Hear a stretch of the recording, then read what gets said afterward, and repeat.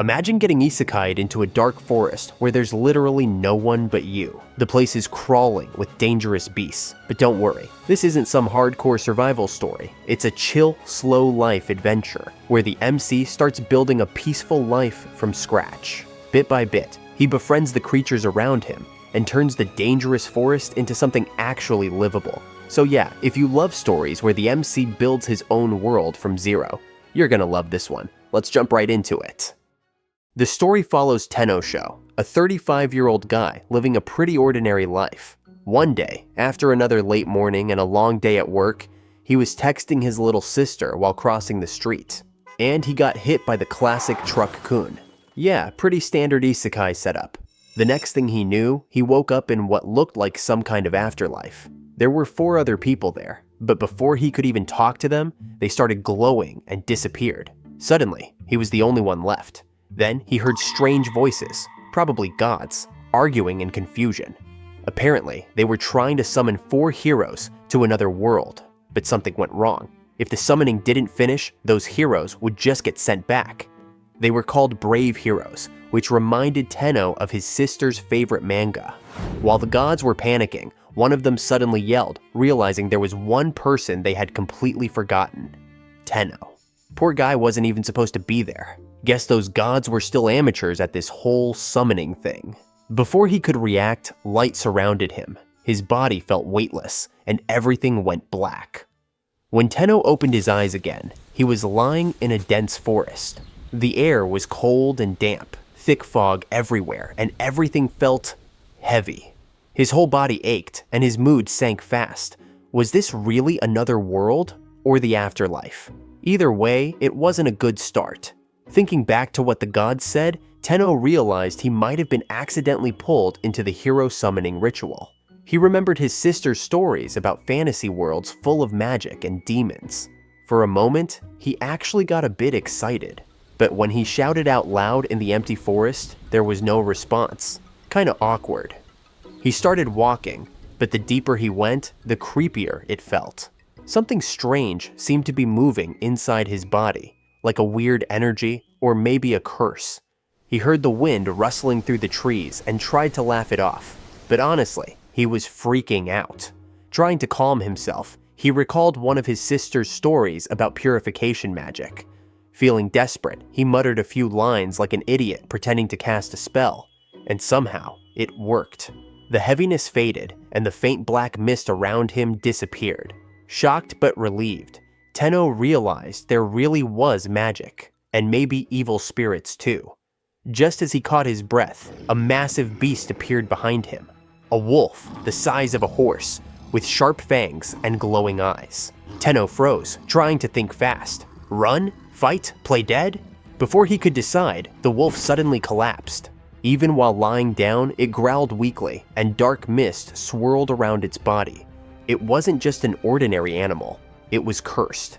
Seeing it struggle, Tenno couldn't help but feel sorry for it. So, despite his fear, he tried casting the same purification spell again. Light flared up around the wolf, and the dark mist vanished. To his surprise, it actually worked. The wolf stood up, calm this time, like a normal animal. Tenno had always been an animal lover, so when he saw the giant wolf up close, his first thought wasn't fear. It was how cute it looked. Its fur looked so soft that he actually wanted to pet it. As the wolf slowly walked toward him, Tenno froze, thinking he was about to get mauled. But instead, the wolf flopped onto its back and showed its belly like a tame dog asking for belly rubs. That completely caught Tenno off guard. Still, he noticed the wolf's fur was dirty, even after the purification earlier. So, trusting his gut, he tried casting a cleanse spell to wash it off. The magic worked. The wolf's fur turned snow white and gleamed in the faint light. After stretching lazily, the wolf got up and walked away into the woods. Tenno sighed in relief, thinking that was the end of it. But just a few moments later, the two of them were seen running together. Tenno was surprised by how fast he was running, and behind him, the wolf was following. Turns out, this wasn't just any ordinary beast. The wolf had sensed something strange from Tenno, something that told it this human wasn't normal at all. 200 years ago, this forest fell into darkness. No one knew how it happened. only that somehow humanity was responsible. When the darkness swallowed everything, the law of the jungle took over. The weak perished, and only the strongest survived. Among those survivors was King Fenrir, the same massive wolf Tenno had mistaken for a regular wolf. For 2 centuries, Fenrir had witnessed death, decay, and silence. His magic was strong enough to keep the darkness at bay for a while, but every use of purification drained his power. He couldn't afford to die yet, not before taking revenge on the humans who had cursed his forest. Then, one day, he caught the scent of a human, Tenno. Rage boiled inside him, but his body was too weak. Just as he was about to collapse, Tenno cast purification on him. Fenrir didn't expect much. To him, that spell only offered brief relief. But this time, the darkness vanished completely. He was stunned. The human before him carried overflowing magic, pure, limitless, and warm. It was the first time in centuries Fenrir felt peace, and the first time he didn't hate a human. Back to the present. Tenno and Fenrir climbed a hill, and once they reached the top, Tenno noticed a cave shrouded in darkness. It seemed like Fenrir wanted to show him that place. The atmosphere was eerie, the kind that made your skin crawl, and though Tenno hesitated to step inside, he decided to try using purification magic first. The spell worked, but only slightly. The darkness faded a little, yet the curse still lingered. As he stepped in, several glowing eyes appeared from within the shadows. It was a den full of wolves, all glaring at Tenno with clear hostility toward humans. But before anything could happen, Fenrir stepped forward, growling low, defending Tenno. That alone was enough to calm them down a bit, and Tenno quickly cast purification again. This time, the spell reached deeper, revealing piles of weakened wolves barely clinging to life. Fenrir's expression made it obvious. He was placing his hopes on Tenno. So, despite his fatigue, Tenno decided to give it another try. To use magic, Tenno always had to visualize what he wanted first. It was how his power worked. He imagined a wave of light spreading through the cave and cast a large-scale purification spell. In an instant, the darkness and curse vanished completely. Only then did he notice it wasn't just wolves. There were also dogs among them. Their fur was filthy, so Tenno used a simple cleaning spell to wash them all, making their coats shine again. It was strange, wolves and dogs living together in the same den, seemingly as friends. For now, Tenno didn't know what to do next. As he looked around, he noticed 2 paths deeper inside the cave. He turned to Fenrir, but the great beast shook his head, indicating he didn't know either. Still, Tenno could tell the wolves understood what he said, which was fascinating in itself. Curiosity got the better of him. He decided to move forward, believing the deeper the darkness, the stronger the curse, and maybe the closer he'd get to its source. He kept casting purification spells as they went, but the corruption seemed endless. The wolves started weakening again, so Tenno thought fast. He visualized a protective barrier and cast it, forming a glowing layer that blocked the curse from spreading inside. He wasn't sure if the barrier could withstand physical attacks though, so to be safe, he strengthened it. The light thickened, shimmering brighter around them, a fragile yet hopeful shield in the middle of the darkness. Tenno kept exploring deeper into the cave. It was way bigger than he expected.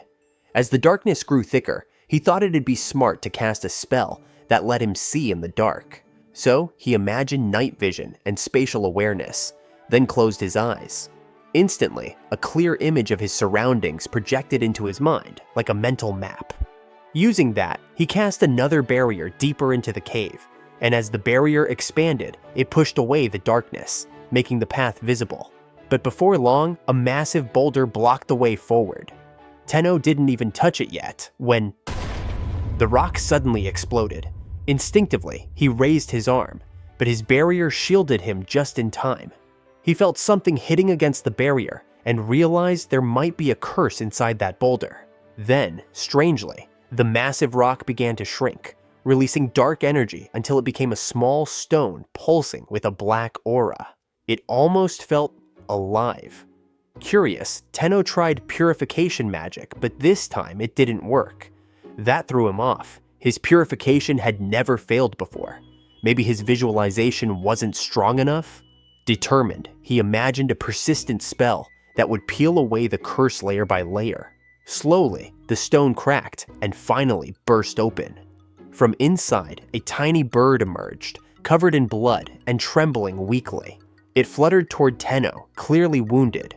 Without hesitation, Tenno visualized a healing spell that worked down to the cellular level. A soft light wrapped around the bird, closing its wounds and restoring its strength. Within moments, the creature looked healthy again, its feathers now gleaming. Feeling playful, Tenno teased it for being so small, only to get pecked right on the finger. It surprised him, but he laughed. Just like the wolves, this bird could understand him. Despite its size, it had quite the personality, and honestly, Tenno found it kind of adorable. After exploring the cave, Tenno took a short break, his head buzzing with questions, like why the barrier he made was literally glowing. There were still so many things about this new world he didn't understand. While resting, he noticed something weird.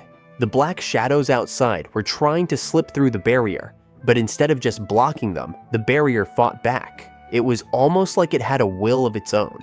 For now though, that meant Tenno could relax a bit. He knew he should probably study the magic more, but something else caught his attention.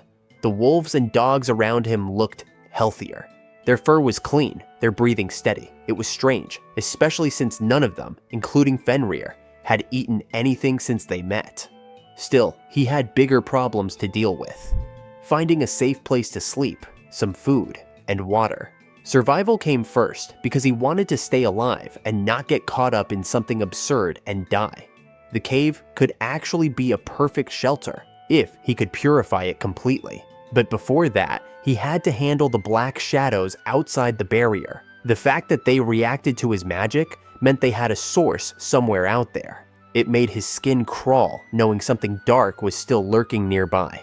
He wanted to locate the source, but he couldn't purify it without seeing where it came from. So he activated his spatial awareness spell again, creating a mental mini-map of the cave. It helped, but the darkness was too thick in some areas, blurring the image. He needed something more, something that let him see from another angle. That's when he thought about drones. Back on Earth, drones gave aerial views. Why not try that with magic? He imagined a floating drone powered by clairvoyance magic, something that could scout from above. When he cast the spell, an interface appeared before him, like a holographic screen. On it, he saw a mountain surrounded by forests wrapped in black mist. Tenno observed carefully, then decided to purify everything within the drone's view.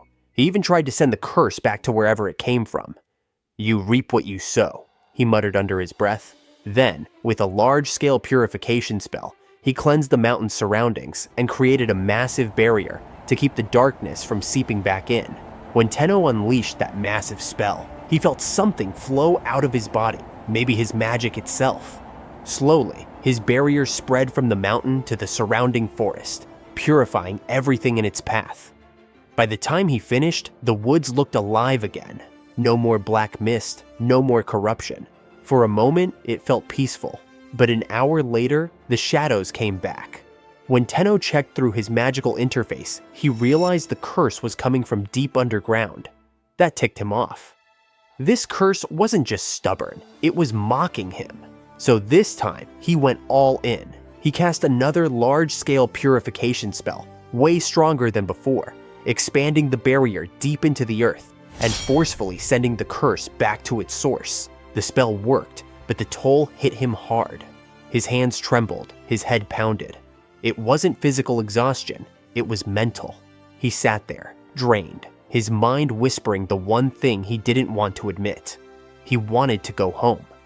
Sensing his distress, Fenrir quietly walked up and rested his heavy head on Tenno's lap. Despite the weight, the warmth helped calm him. For a while, Tenno just sat there, lost in thought, comforted by the silent presence of his companion. Meanwhile, far away in a human kingdom, deep within a royal chamber, stood a massive altar with a glowing magic stone at its center. Only now, that stone was beginning to erode. The next morning, a messenger rushed to the king, reporting something strange. An enormous white light had been seen bursting from the center of the forest. The king listened, then grinned. He assumed it was the Forest King's final struggle before death. With twisted excitement, he ordered more blood sacrifices to the magic stone, convinced that soon he would claim the forest, the center of the world, for himself. Long ago, that forest had been ruled by powerful beasts under a mighty king. But now, the human king wanted it all to himself. He didn't care how much blood it took, because in his madness, he believed this was the way. Meanwhile, in the Beastfolk Kingdom, a royal messenger reported troubling news about the forest to their king. Whether this kingdom was good or evil wasn't clear yet, but one thing was certain. They knew the human kingdom of Envelas had cast a massive and complex spell called Magic Eye across the entire forest. That dark magic had wiped out countless sacred beasts, replacing them with demonic creatures. For the past 200 years, no nation had dared to oppose it, mainly because every country near the forest had already been wiped off the map. The Beastfolk King suspected Envelas was behind it all, sacrificing hundreds of thousands of souls to maintain that wicked spell. They had no proof yet, but everyone knew one thing: humanity was close to dominating the world. And when that happened, the Beastfolk Kingdom might vanish just like the others. All they could do now was pray to the god of creation to stop the chaos. Back in the forest, Tenno woke up feeling refreshed, greeted by blue skies and his animal companions. He honestly thought the wolves would have left him by now, so he asked if they wanted to stay with him. Fenrir, who Tenno still thought was just a regular wolf, only growled softly in response. Tenno didn't understand, but he decided to name them anyway. The white, messy-furred wolf he met from the start got the name Koa. Two others with similar white fur, like Koa, were named Soa for the female and Hio for the male. The two male black and white wolves became Kuro and Shion, while the dog-like one he met earlier was named Chai. Finally, the tiny bird from the cave got the name Karen, based on its beautiful, gradient-colored feathers and lovely voice. Tenno thought he had great taste in names, though if his little sister were here, she'd probably say otherwise. Still, Fenrir, now officially Koa, was thrilled. He proudly told the other wolves that their human had given them names, and to him, that meant everything. If not for Tenno, the Fenrir race would have gone extinct. Koa deeply respected Tenno, not just for his strength and magic, but for his kindness. Even just being near Tenno made them stronger. Koa had already regained most of his magical power, so as the king of Fenrir, Koa ordered all the wolves to serve Tenno as their new lord.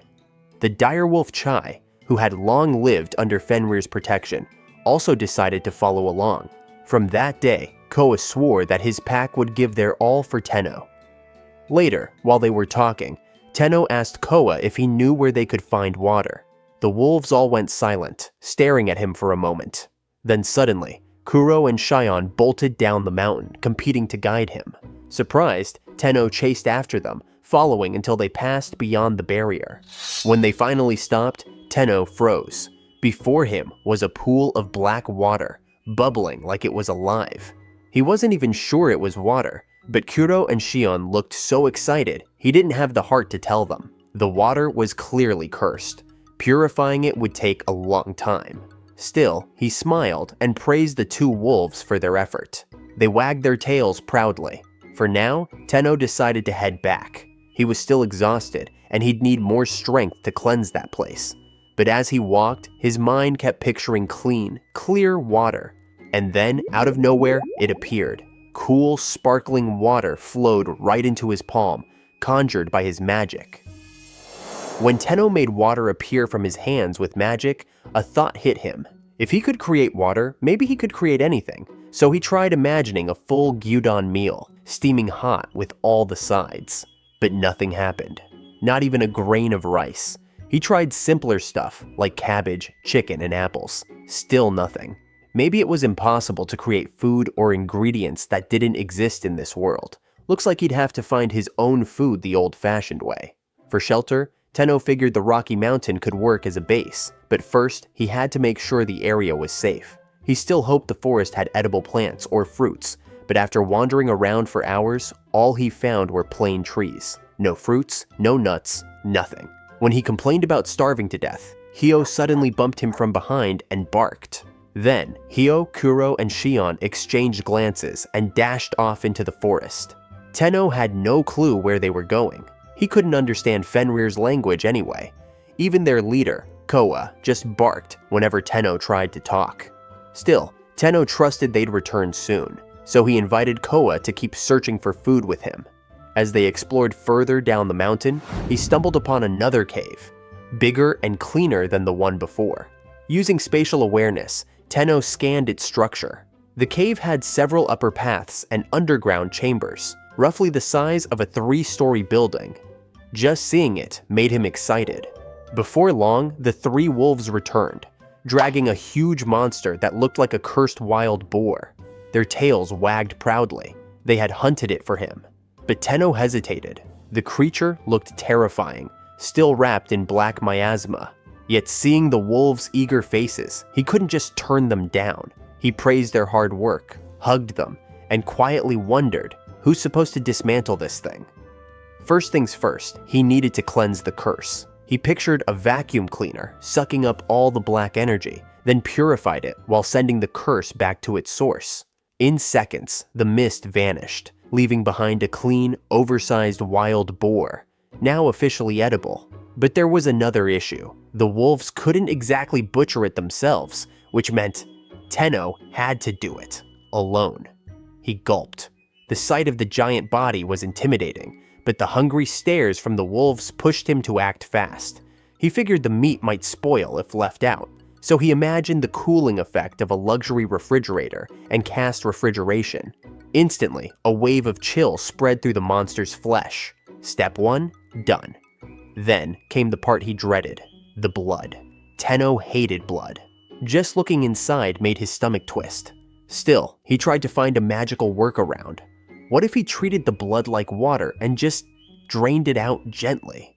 He tried draining it carefully, imagining the liquid flowing away like water. Not too dry, just enough. Still, when he peeked inside and saw the organs, his stomach churned.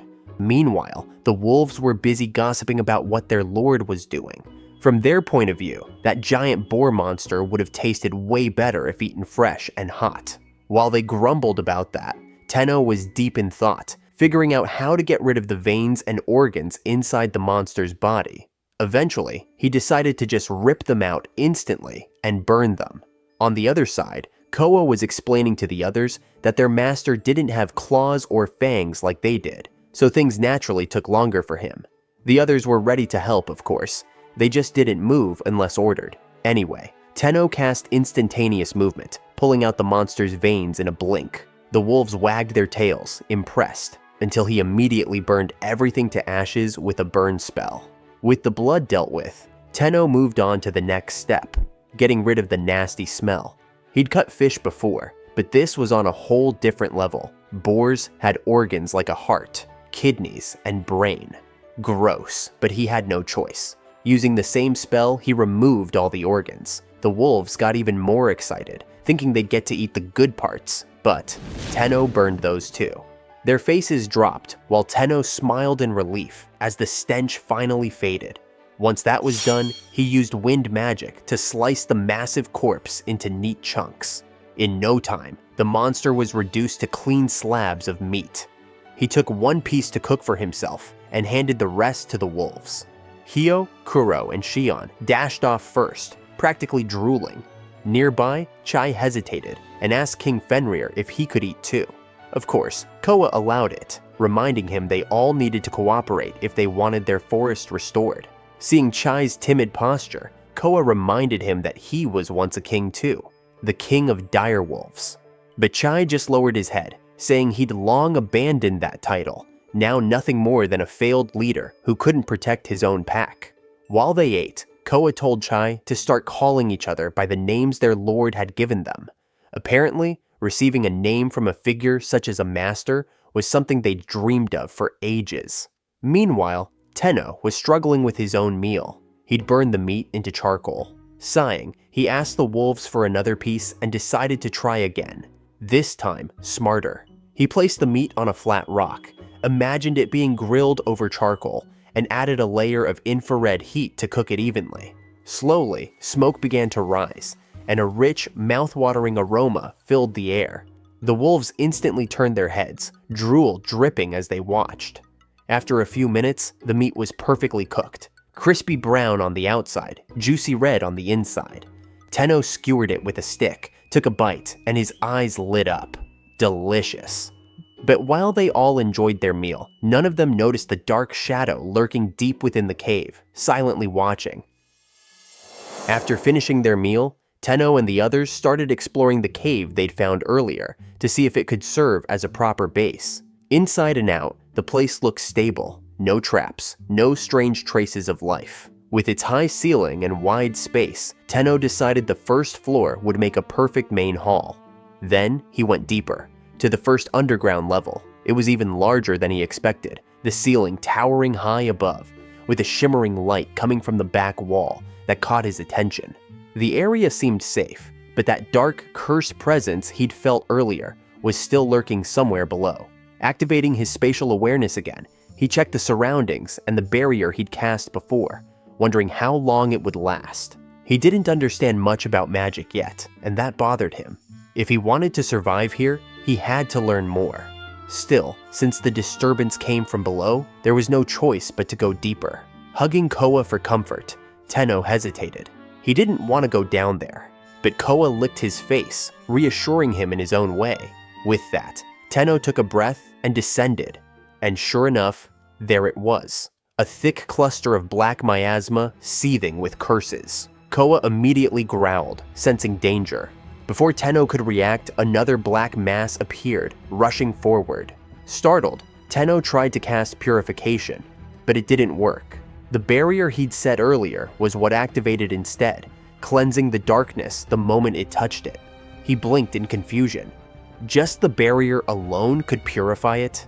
But when the miasma vanished, nothing was left behind.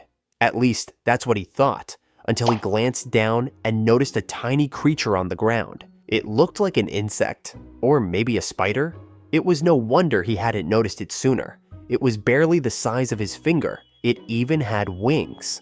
Before he could examine it properly, another surge of dark mist seeped from the ground. Tenno calmly purified it again, and this time, more creatures appeared. What came out of the black lump of shadows was a chief spider, followed by about 20 young spiders. So there were insects in this world after all, or maybe monsters. Tenno wasn't sure. While he was lost in thought, Koa crouched low to inspect them. But before either of them could react, Chief Spider suddenly jumped, landing right on Tenno's head. He flinched, shaking his hair, trying not to panic. Meanwhile, poor Chai had baby spiders crawling all over him, spinning in circles, trying to shake them off. Yet, despite all that, the spiders didn't attack. They just stayed close, calm, and harmless. Seeing that, Tenno realized maybe these creatures weren't enemies at all. Forget about the spiders for now. Tenno's more focused on the second underground layer. The place is surprisingly huge, and he plans to explore it later. Right now, what really matters is understanding how magic works. Before this, he'd just been shouting spells and purifying things without any clear image in his head. But according to his sister, visualization is key to using magic properly. So, Tenno decides to test it. First, he casts a fire spell without imagining anything, and nothing happens. Then, he tries a water spell, still not visualizing anything, and suddenly, a puddle appears beside him. That just confuses him even more. Next, he tries again, this time imagining fire clearly in his mind, and it works perfectly. Now he's even more lost. Fire needs an image, but water doesn't. After several tries, he comes up with a theory. When learning a new spell, a clear mental image is needed, but once the spell is mastered, just saying the chant might be enough. It's just a hypothesis, but it seems to fit. While he's deep in thought, the flame he summoned suddenly flickers, revealing a crack in the stone wall where air is leaking out. It's dark inside, too dark to see, so Tenno imagines a ball of light to light it up. The spell works, but the light's way too bright, making Koa squint. After adjusting the brightness a few times, Tenno sighs in relief. Controlling magic precisely is way harder than he thought. Once the glow is just right, he peeks through the crack and spots something shiny inside the crevice. The chief spider, small enough to squeeze through, crawls in and comes back carrying a fragment of the glittering stone. Up close, the stone looks stunning, silvery, and luminous. Tenno thanks the chief, thinking that chief really is the right name for the biggest spider. When Tenno holds the fragment, Kuro and Shion rush over, clearly excited. He doesn't really get why. They seem to recognize the stone as something rare. Sure, it looks beautiful, but Tenno decides to store it away for now. He's more interested in exploring the upper floors anyway. Meanwhile, the wolves are buzzing with disbelief. Their master just found mithril, a precious metal, and reacted like it was no big deal. After exploring the entire cave, Tenno finds no more hidden passages or rooms. With that, the conquest of the Rocky Mountain is complete. A moment later, Tenno started unpacking the few things left in his small bag. Just a wallet, shopping receipts, and what looked like a shopping voucher. Nothing useful. He sighed, realizing his smartphone had probably been thrown away when he got hit by that truck. His original plan after securing the cave as a base was to look for other humans. But for now, he wanted to make this place at least comfortable enough to sleep in. The rocky floor was killing his back. He mumbled at the thought of something smoother and softer. But then, out of nowhere, his magic activated on its own. The rough stone floor he rubbed beneath him started to shine, turning perfectly smooth and polished in an instant. Tenno froze, stunned. The wolves stared too, their tails wagging in awe. Apparently, just by imagining it, he could enhance the cave's comfort that easily. Before long, the entire floor looked like a glossy ice rink. Koa and the others couldn't hide their excitement, praising their master for the miracle. Eager to test it, Koa stepped onto the new floor and almost slipped right away. Chai tried next and ended up sliding just the same. The floor might have been too slick, but one thing was clear. Everyone was thrilled by their shiny new home. That night, Chief Spider quietly observed the barrier Tenno had cast. It shimmered faintly, pushing back the black miasma and curses trying to invade. The sight stirred memories within him, reminding him of who he once was. Long ago, he was the one who wore Hell's flames, dragging any prey foolish enough to approach into molten fire. His kin feared him, and anyone who laid eyes on his true form was doomed to die. He was once known as Tarunia, the Death Keeper. Now though, his body was small, nothing like the terrifying being he used to be. He had spent nearly all his magic protecting his children, and that was the only reason he was still alive. Still, he couldn't stop wondering how such powerful miasma could vanish so completely. While he was lost in thought, a familiar voice called his name, Tarunia. It was King Fenrir who was Koa. As he suspected, the little creature was someone he knew. Seizing the moment, Tarunia asked about the darkness that once engulfed the forest. Koa explained that Tenno was the one who purified it. He even saved the Fenrir race from destruction. Tarunia was skeptical at first. A human did that? But Koa assured him that Tenno's magic was extraordinary, far beyond human standards. That's why the Fenrir clan had chosen to serve him. Koa's tone then turned sharp, warning Tarunia not to do anything against their master, or he'd deal with him personally. But Tarunia wasn't reckless. He had already sensed Tenno's overwhelming mana. It was hundreds of times greater than both his and Koa's combined at full strength. Koa smirked, satisfied with the response. He joked about not wanting to lose another king of the forest. Before leaving, Koa also asked him to tell his kids to stop teasing Chai. Chai? Tarunia tilted his head. Koa proudly explained that their master had given them all names now.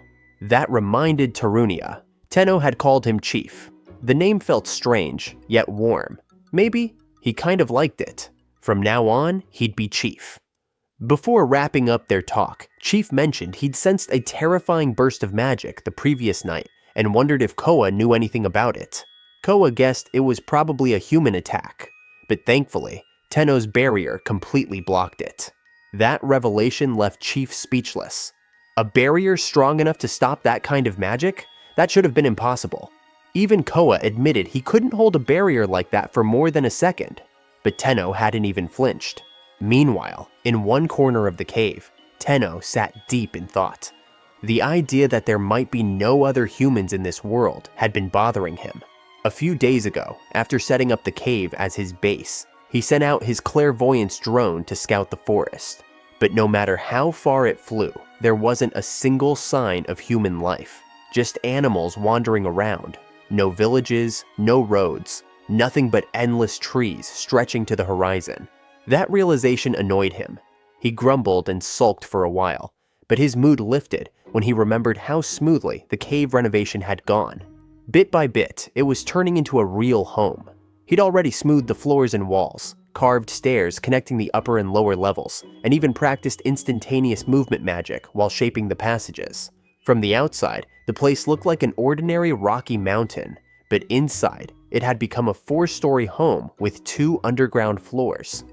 Here are the details of the cave map for now. The second basement, where he'd found Chief, was planned to be a mithril processing room, or silver, at least that's what Tenno thought it was. The first basement, which held golden ores, was now a chilled storage room. The first floor was his main hall, thanks to its high ceiling. The second floor was still undecided. The third served as a stone storage area, and the top floor was his safe, cozy bedroom. Even with all that progress, Tenno couldn't help feeling a little lonely. There was no one to talk to, besides the wolves, who occasionally brought him fresh game. Lately, Koa and the others had been competing over who could devour the organs first. He figured that was fine for animals, but honestly, he was getting sick of meat. What he really wanted was fish. While he was relaxing and roasting meat, Koa suddenly growled. Before Tenno could ask why, a powerful wave of curses blew through the forest, sending the wolves into a panic. They bolted out, tails tucked between their legs. Tenno sighed in frustration. His peaceful evening ruined again. He walked to the edge of the mountain, took a deep breath to calm down, and summoned his clairvoyance drone once more. Through its view, he saw the entire forest blanketed in a thin layer of curses. In the distance, where he remembered a huge lake outside his old barrier, everything was now shrouded in darkness. So he decided to purify everything up to that lake, and at the same time expand and strengthen the barrier. Koa barked in alarm, clearly worried, but Tenno barely noticed. He was focused. He'd gotten used to magic now, and he was confident he could pull it off. He pictured a thin thread stretching far into the distance, reaching toward the lake. It was far, but he could feel the connection. Light gathered in his hands as he imagined spreading his magic across the forest, covering everything, even the underground. Then, with the words barrier and purification, he activated the spell. A surge of power rippled outward, spreading rapidly through the land. In moments, the entire forest glowed faintly as the curses lifted. Just like that, Tenno had purified the forest and expanded his barrier tenfold. Somehow, his body even felt lighter afterward. Watching from behind, both Chief and Koa could only stare in awe. They realized neither of them could ever match Tenno's power. Still, Tenno noticed something odd. Some of the lake's water was still tainted, so he planned to filter it using the barrier itself, turning it into a giant purification screen. But one thing was certain, someone out there was casting these curses, and from now on, Tenno decided he'd send those piles of curses right back to whoever was behind them. Meanwhile, in the human kingdom of Envelas, protected by a massive magic circle powered by towering pillars, 2 knights in full armor crossed paths. One was Mizlost, commander of the 4th Chivalric Order, who had just returned from scouting the forest. The other was Ganmirs, commander of the 1st Chivalric Order. Mizlost looked relaxed after his patrol. The forest hadn't changed much, barely any monsters were showing up, and with the king's powerful barrier holding strong, he felt the kingdom was completely safe. His cheerful mood clashed with Ganmir's, who seemed uneasy. A few days earlier, a strange light had burst out from the center of the forest, spreading in every direction. Yes, the king's magic stone allowed humans to suppress the forest kings, but Ganmir's had never seen such a drastic shift before. It bothered him. Mizlost noticed the worry, explaining that the 4th expedition had been increased because of it, but he still insisted everything was fine. Envelas had survived foreign invasions for hundreds of years, thanks to the king and the court magicians. Even so, they still needed to stay cautious of magical beasts outside the barrier. After saying that, Mizlost headed home to rest. Left alone, Ganmir's thoughts drifted back to the magic stone. The complex spell Magic Eye, used to control the forest known as the center of the world, was supported by just a single stone. Rumor said it came from an ancient ruin and gave off an unnatural magical presence. Some even whispered that the blood of the magicians who tried to analyze it had been spilled. The king and his court magicians were the first to tap into its power, halting their own aging and ruling for centuries. Ganmir's had investigated this himself, unable to shake his curiosity about the stone holding the entire kingdom together. His train of thought broke when a line of beastfolk slaves walked past him, eyes lifeless. A glowing crest burned on their backs, likely a slave seal. Behind them, the old slave trader snapped his whip to make them move faster. Ganmir's spoke briefly with the old man, who complained he was running out of stock. 50 beastfolk slaves had already been taken as offerings for the magic stone. With a grumble that they'll need more, the old man walked off. Before Ganmir's could process what that meant, another knight approached him. Gamul, commander of the 5th Chivalric Order. Ganmir's knew him well, a battle addict who lived for bloodshed. He immediately noticed Gamul's new sword. It turned out to be a gift from the king, a magic blade that grew sharper and stronger with every drop of blood it drank, much like the king's own sword. Gamul, excited like a mad dog, spotted a few beastfolk slaves nearby. With a single swing, he sliced through several of them, their heads hitting the ground before their bodies even fell. The blade gleamed, hungering for more. But Gamul clicked his tongue in disappointment. Killing slaves wasn't fun. They didn't react because of the slave crest. From a distance, Ganmir's acted like he was used to it, but inside, disgust twisted in his chest. The kingdom of Envelas, he realized, had gone completely insane. Meanwhile, in the forest, Tenno was proudly testing a simple fishing rod he'd made from a branch. He was ridiculously happy with it, so happy that even the wolves were playing with it like it was a new toy. With high hopes, he headed straight to the lake to finally catch some fish, only to find the water still contaminated by curses. It completely crushed him. But quitting wasn't an option. He tried purifying the lake again, chanting his spell, but the result didn't even budge. Curses mixed into water were way harder to clean than he thought, so he attempted a different approach, casting a barrier to temporarily seal the lake and the downstream river. It looked promising, but Tenno wasn't sure he could pull it off. His idea was to filter the river's source through a barrier membrane, but separating the curse across such a huge area felt impossible. The stuff was everywhere, like dirt scattered in the wind. Then, while petting Koa's fur, inspiration hit him. Static electricity, like when dust sticks to your hand.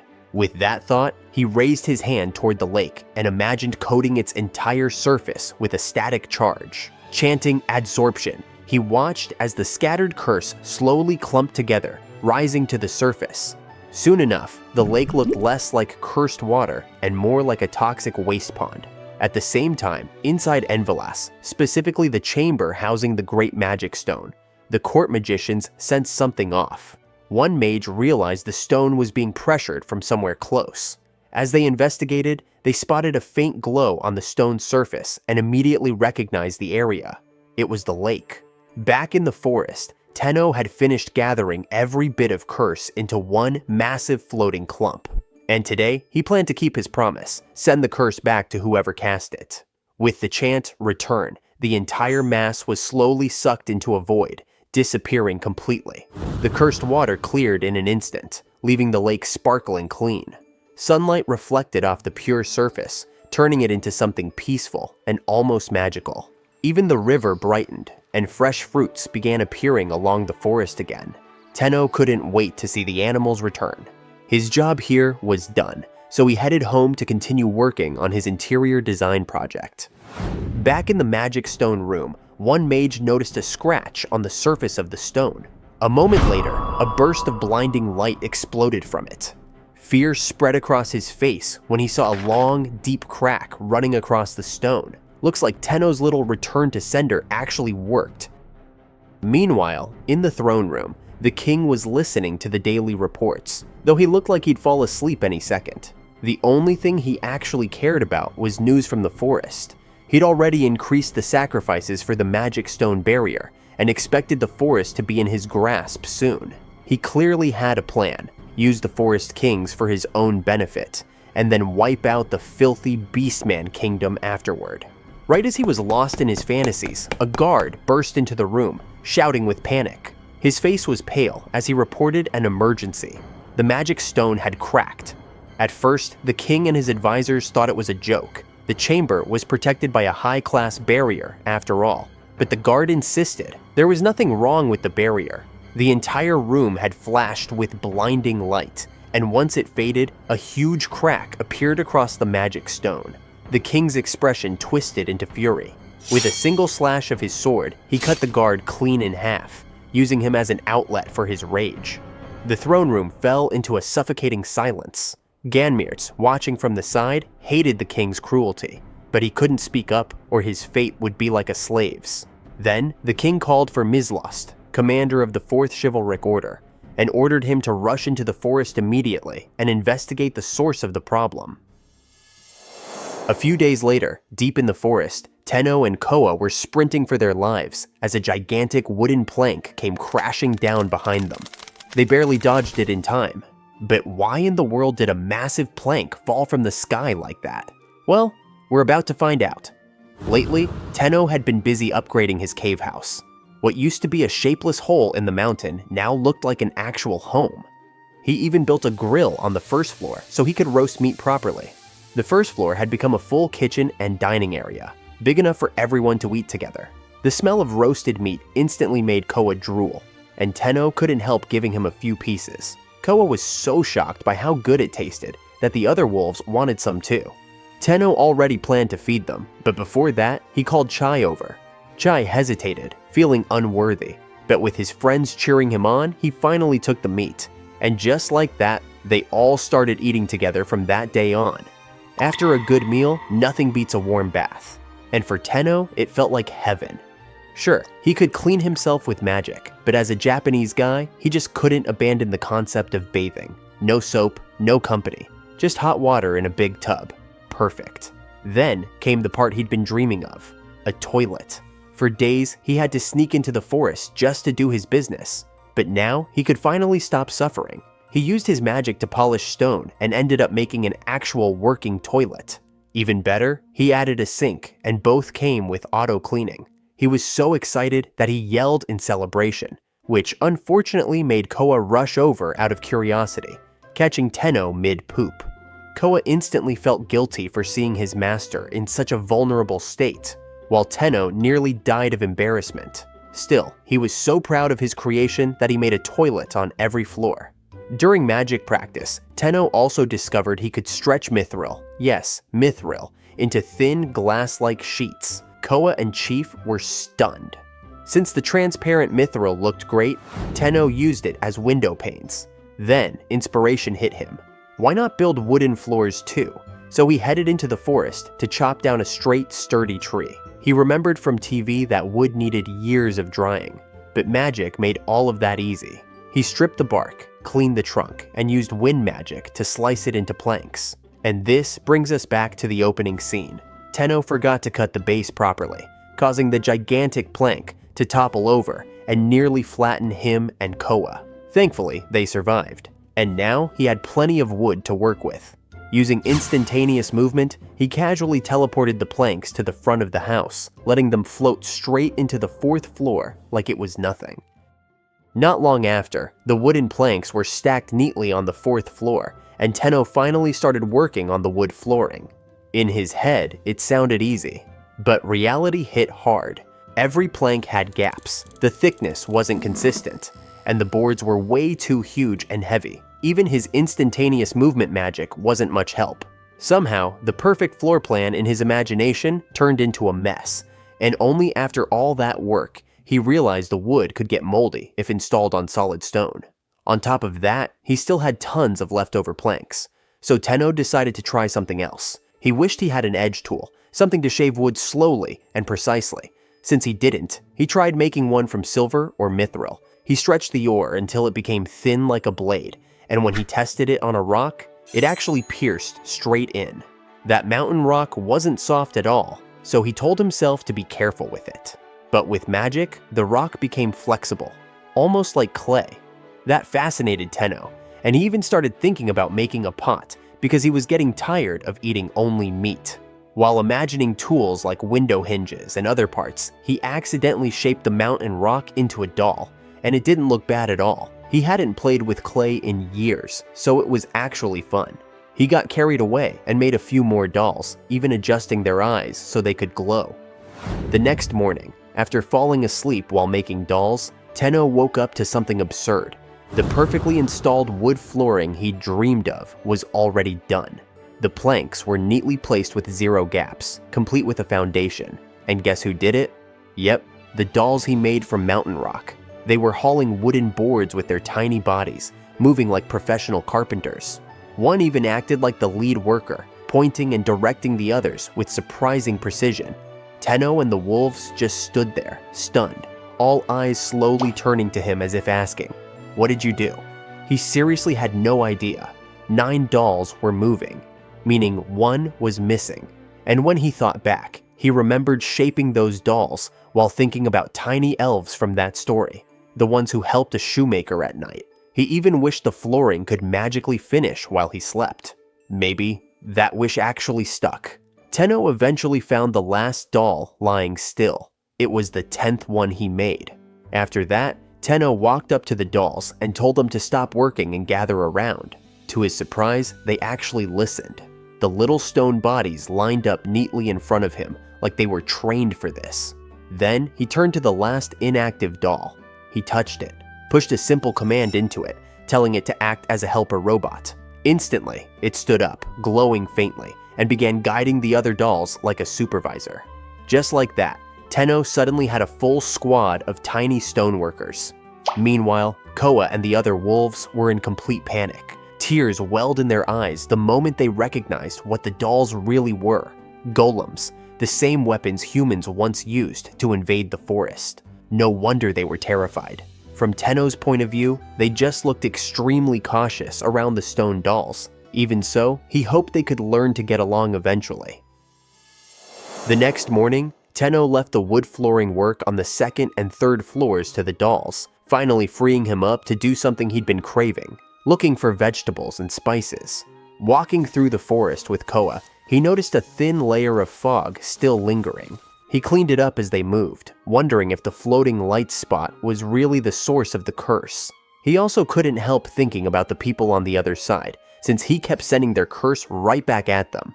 Either way, the forest was way brighter now compared to when he first arrived. While enjoying the peaceful walk, he spotted something shocking, a fruit hanging high up in a tree, his first fruit here. He tried climbing, stretching, and even jumping, but the tree was just too tall. Right when frustration kicked in, a spider suddenly hopped onto the trunk and waved at him like it was signaling something. Then 8 more followed, crawling up the tree. That's when it hit him. These were the young spiders, and they'd grown fast, basically as big as Chief now. He hoped it was just in his head, but no. Koa and the other wolves were bigger too. The young spiders came back down carrying the fruit for him. It was round, bright red, and about 3 times the size of an orange. Tenno wasn't sure if it was edible, so he carefully split it open. Inside was juicy, vibrant flesh. One bite, and his whole body trembled. Tears even slipped out. He hadn't tasted anything sweet in so long. The crisp texture reminded him of a peach. Of course, he shared it with Koa and the young spiders. A while later, they had way more fruit than expected. Tenno had accidentally picked too much, and now had no idea what to do with the pile. His bag could only hold 1 at a time. Joking to himself, he wished the bag worked like a robot's pocket. And right on cue, magic happened. The fruit slipped into the bag effortlessly. He tested a few more, and yep, everything fit. Magic really was convenient. He kept exploring until he found more vegetables. Meanwhile, the wolves had gone hunting. By the time Tenno returned home, several animals were already laid out, and Shiro and the others ran up to him excitedly, like they were asking for praise. Not wanting to lose, Tenno proudly revealed the fruits and vegetables he found. Even without salt, he thought their diet would improve with all this. He drained the boar's blood, then used wind magic to peel the skin clean off. Once the meat was ready, he sliced it and laid it neatly on wooden boards for the wolves. He even saved the organs for them, but reminded them, at least in spirit, to to eat properly. While the wolves dug in, Tenno set aside portions for himself and storage. Salt would have helped him make ham or something fancy, but for now, this was good enough. He stored the rest in the refrigerated room in the basement, then stared at the vegetables, unsure where to keep them. In the main room, Karen was drooling over the meat Tenno was grilling. He knew the bird preferred cooked meat anyway. This time, he paired the meat with the sweet, cabbage-like vegetables he'd found, plus a tangy fruit with a refreshing scent. He wrapped the grilled meat with the veggies and squeezed the sour fruit over the top. The taste was richer, way better than plain meat. Still not perfect. He wished he had a proper sauce. Then, mid-bite, a thought struck him. He hadn't seen Chief at all, even though every other wolf was here eating. After 3 straight days of renovation, the upstairs wood flooring was finally done. Tenno gave the stone dolls a pretty specific list of follow-up tasks, and somehow they understood instantly. Next thing he knew, they were huddled together like a team of professional contractors planning their next move. When Tenno stepped outside, he finally ran into Chief again. And wow, the spider had grown huge, like he was back in his prime. Honestly, Tenno was a little intimidated. Chief's body looked way too intense now, but the big guy was overflowing with gratitude after Tenno poured all that mana into him. Chief kept waving his legs around as if explaining something, and as usual, Tenno had no idea what he was trying to say. Still, he was sure of one thing: Chief was smart, friendly, and absolutely not planning to eat him. Seeing Chief reminded Tenno of a problem he'd been ignoring: clothes. His were getting worn out, and since Chief was a spider, surely he had skills with thread, right? So Tenno tried explaining what he needed, and asked if there were any long, fibrous plants he could harvest. Not long after, Tenno headed into the forest with Chai, Kuro, and Chief, mostly because Koa wasn't around, and for the wolves, this was apparently a huge honor. Chai especially looked like he wanted to prove something. That plan lasted about 5 minutes before they all ran into a gigantic caterpillar. Chai and Kuro were instantly disgusted and terrified, which made Chief's proud reveal look hilarious. The giant caterpillar was exactly what he wanted to show Tenno. Something long, harvestable, and perfect for making thread. Chief lifted the caterpillar to demonstrate, but then the thing suddenly sneezed and shot something weird straight at Tenno. Chief and the wolves freaked out and scolded the caterpillar, but Tenno was totally fine. Turned out the weird stuff was actually tough, high-quality thread. Perfect. Chief let out a relieved wiggle, while Chai and Kuro sank into despair because they basically contributed nothing. Eventually, they were assigned the very important job of carrying the giant caterpillar home. When they arrived, Koa was already waiting at the door. Their bond looked even stronger now, especially when Tenno hugged the giant wolf like it was the most natural thing in the world. With the thread source secured, Tenno moved on to the next step. Since the giant caterpillar was now a key part of his textile plan, he decided to convert the unused second floor into a rearing room. He added windows, ventilation, food, a place to sleep for the caterpillar, and even added an automatic cleaning spell into the wood flooring so the room wouldn't turn into a disaster. For the finishing touch, he assigned 2 stone dolls as permanent caretakers for the caterpillars. With that set, the whole thread production plan was basically solved. Watching the dolls work made Tenno wonder how they would actually make the cloth. He took off his worn-out shirt, and the threadworker dolls immediately grabbed it to inspect it. After a quick discussion, they looked confident. They had a solution. Oh, and Tenno also requested a bed. One of the dolls simply grabbed his hand and dragged him to show it off. The bed was sturdy, made of thick wood, and surprisingly well crafted. Even crazier, they'd finished it in half a day. By nightfall, Tenno slept on his new bed with Koa and the others curled around him. And right then, he finally understood. Mattresses are a blessing. A few days passed, and the stone dolls were evolving way faster than Tenno expected. What used to be bare stone walls was now covered with clean wooden panels. They even built actual furniture, dining tables, chairs, and somehow, plates, cups, and chopsticks. It was crazy how just having those made every meal taste better. While watching them work, Tenno noticed there were only 8 dolls around. Maybe the other 2 were still in the caterpillar room, and yep, When he checked, those two had just finished crafting a full outfit from giant caterpillar thread. The shirt was a smooth, elegant light green, paired with simple black pants that looked surprisingly comfy. Tenno crouched down, watching the caterpillar munch on its food, wondering if the thread would change color depending on what it ate. Either way, he suddenly had plenty of spare clothes now, which felt like a luxury. Inside the room, he also noticed a full weaving setup, an actual loom. The stone dolls must have built it, and the threadworker dolls were the ones weaving everything into finished clothes. Honestly, it was amazing. With his mood boosted thanks to his new outfit, Tenno headed into the forest with Koa and the others to hunt for seasonings. He was really hoping to find rock salt or something, and he couldn't help but wonder if this world even had an ocean. They kept walking until they stumbled upon another cave, one Tenno hadn't seen before. It was big and not too far from home. As he checked the entrance, he felt a strange curse lingering deep inside. So with his light spell ready, Tenno and the wolves decided to explore it. The deeper they went, the wider the tunnel became, sloping softly downward. Before long, they heard a faint clacking sound echoing at the end of the passage. When they stepped into the chamber, Tenno froze. A massive room full of ant-like creatures, all drenched in a thick, unsettling curse. And what scared him most? The ants were huge. No wonder Koa growled fiercely beside him. It felt like a showdown between a giant wolf and giant ants. But Tenno wasn't here to stand by and watch. He tried helping with a purification spell, only to panic when it didn't work. Shocked, he cast a purification barrier next, but that also had zero effect. One of the giant ants immediately lunged at him. Koa reacted instantly, stepping forward to shield his master.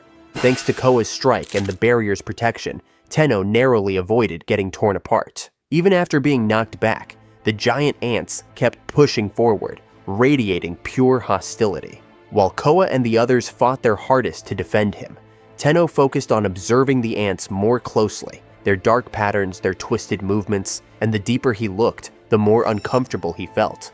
Tenno and the three wolves were now surrounded. Way too many cursed ants, all of them attacking non-stop.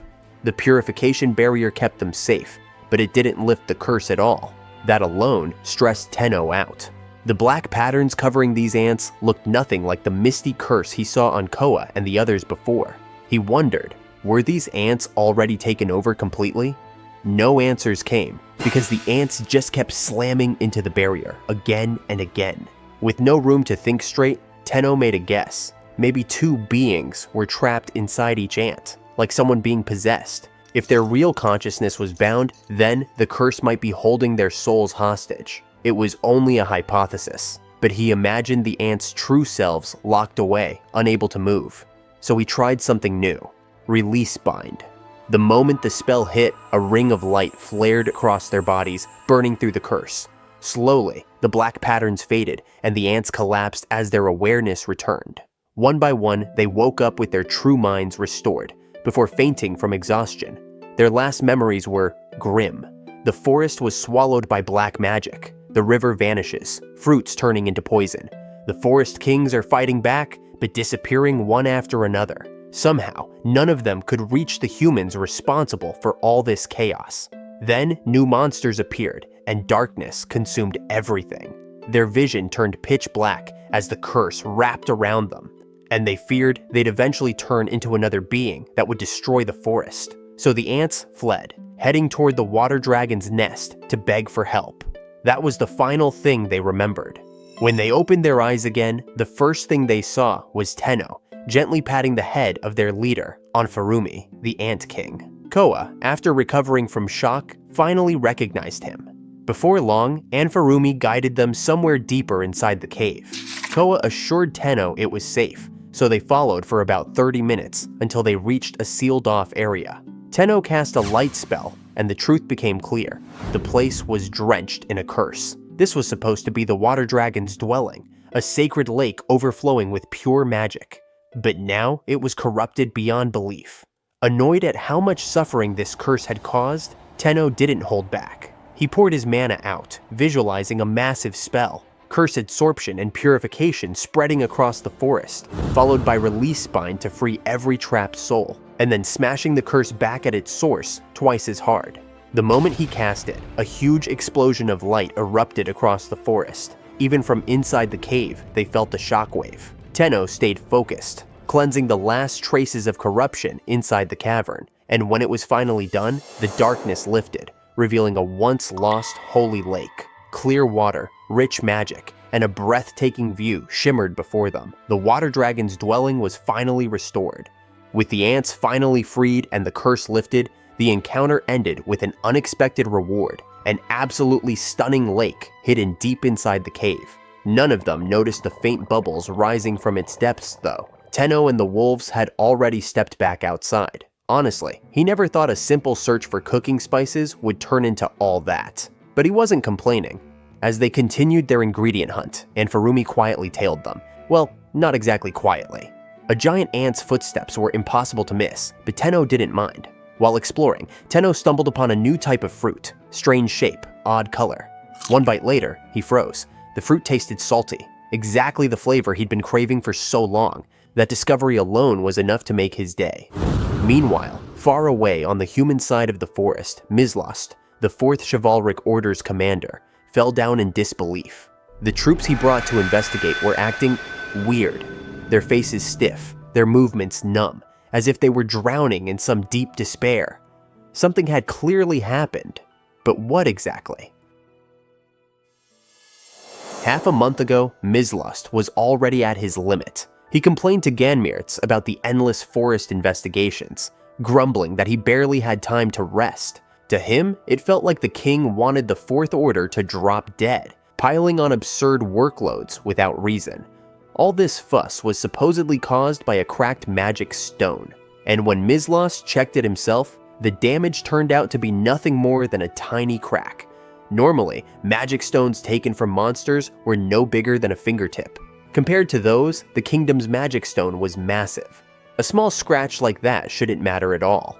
Ganmirtz agreed, especially since records showed the stone had already been cracked when it was first discovered. Still, this survey felt different. If something went wrong, Mizlost was expected to handle it perfectly. From the beginning, the 4th Chivalric Order was deeply familiar with the forest.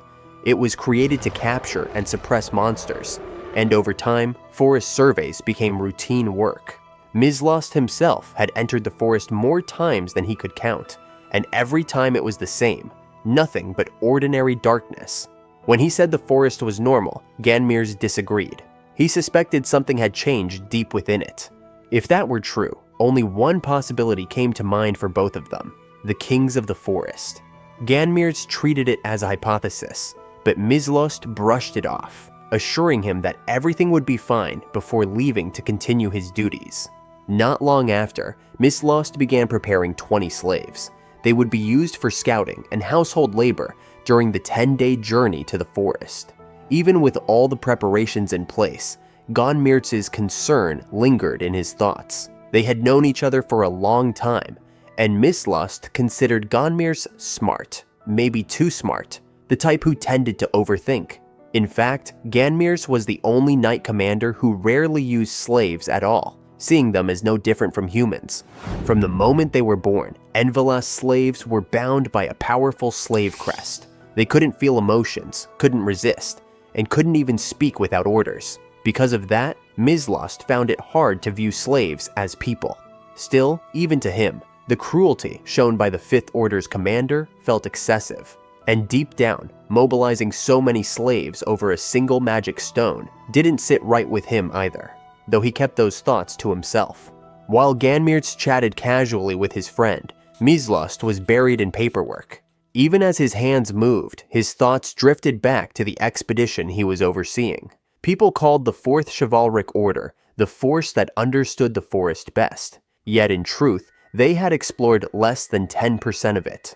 The forest itself covered nearly half the world, and no one had ever reached its center.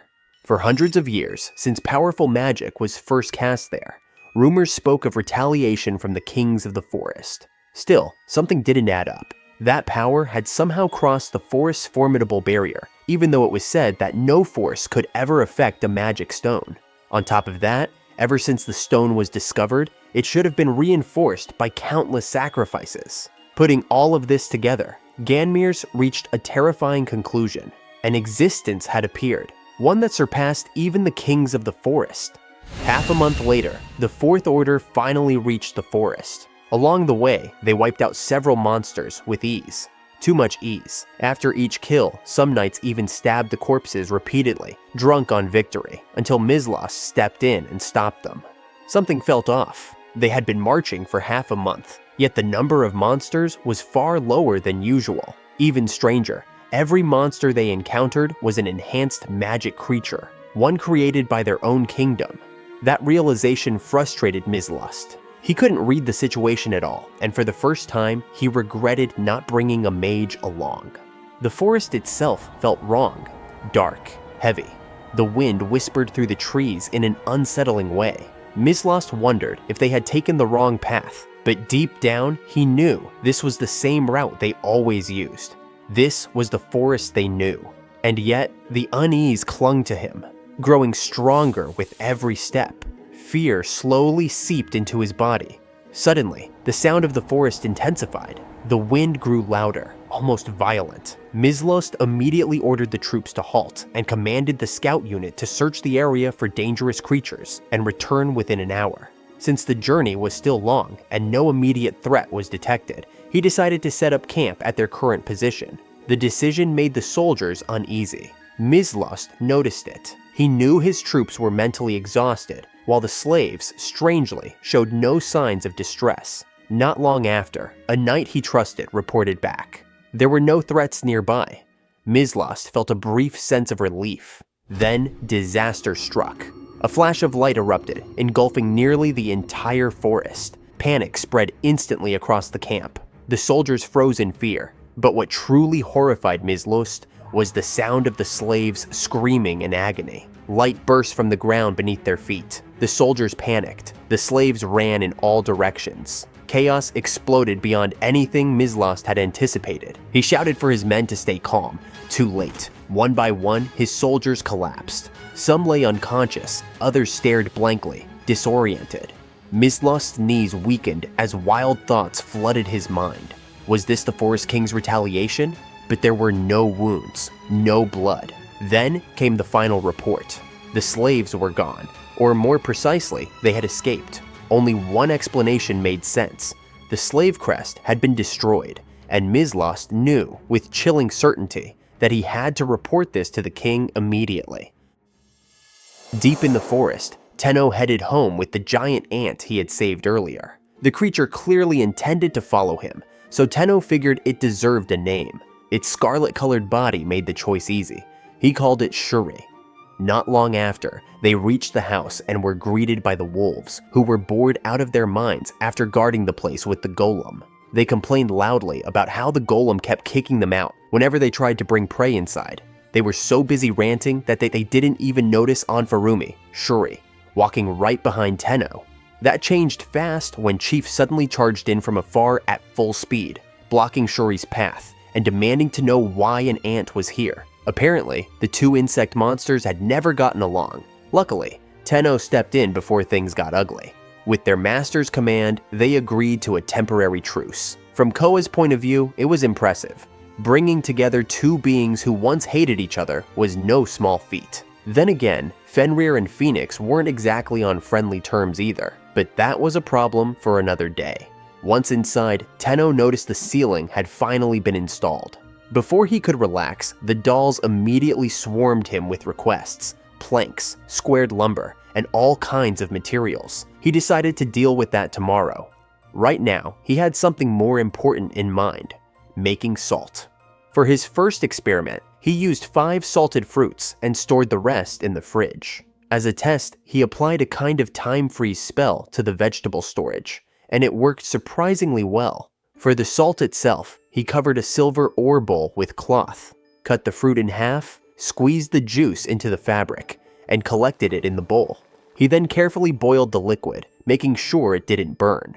2 hours later, the juice had fully crystallized into salt. Only a small amount, but still a success. Excited by the result, Tenno rushed to craft a proper container, forging a luxurious salt holder from hardened gold ore. Watching from the side, the wolves could only stare in disbelief once again at their master's absurd ability to freely shape not just mithril, but even orichalcum. After finishing the salt container, Tenno wasted no time putting his new salt to use. He decided to cook a proper steak. First, he lightly salted the meat and added some aromatic herbs. After letting it sit for a bit, he skewered the steak and grilled it directly over the fire. But he wasn't done yet. The partially cooked meat was wrapped in cabbage and left to rest. For the final touch, he browned the surface once more, and the steak was complete. Tenno sliced into it and took a bite. As he chewed slowly, his eyes widened.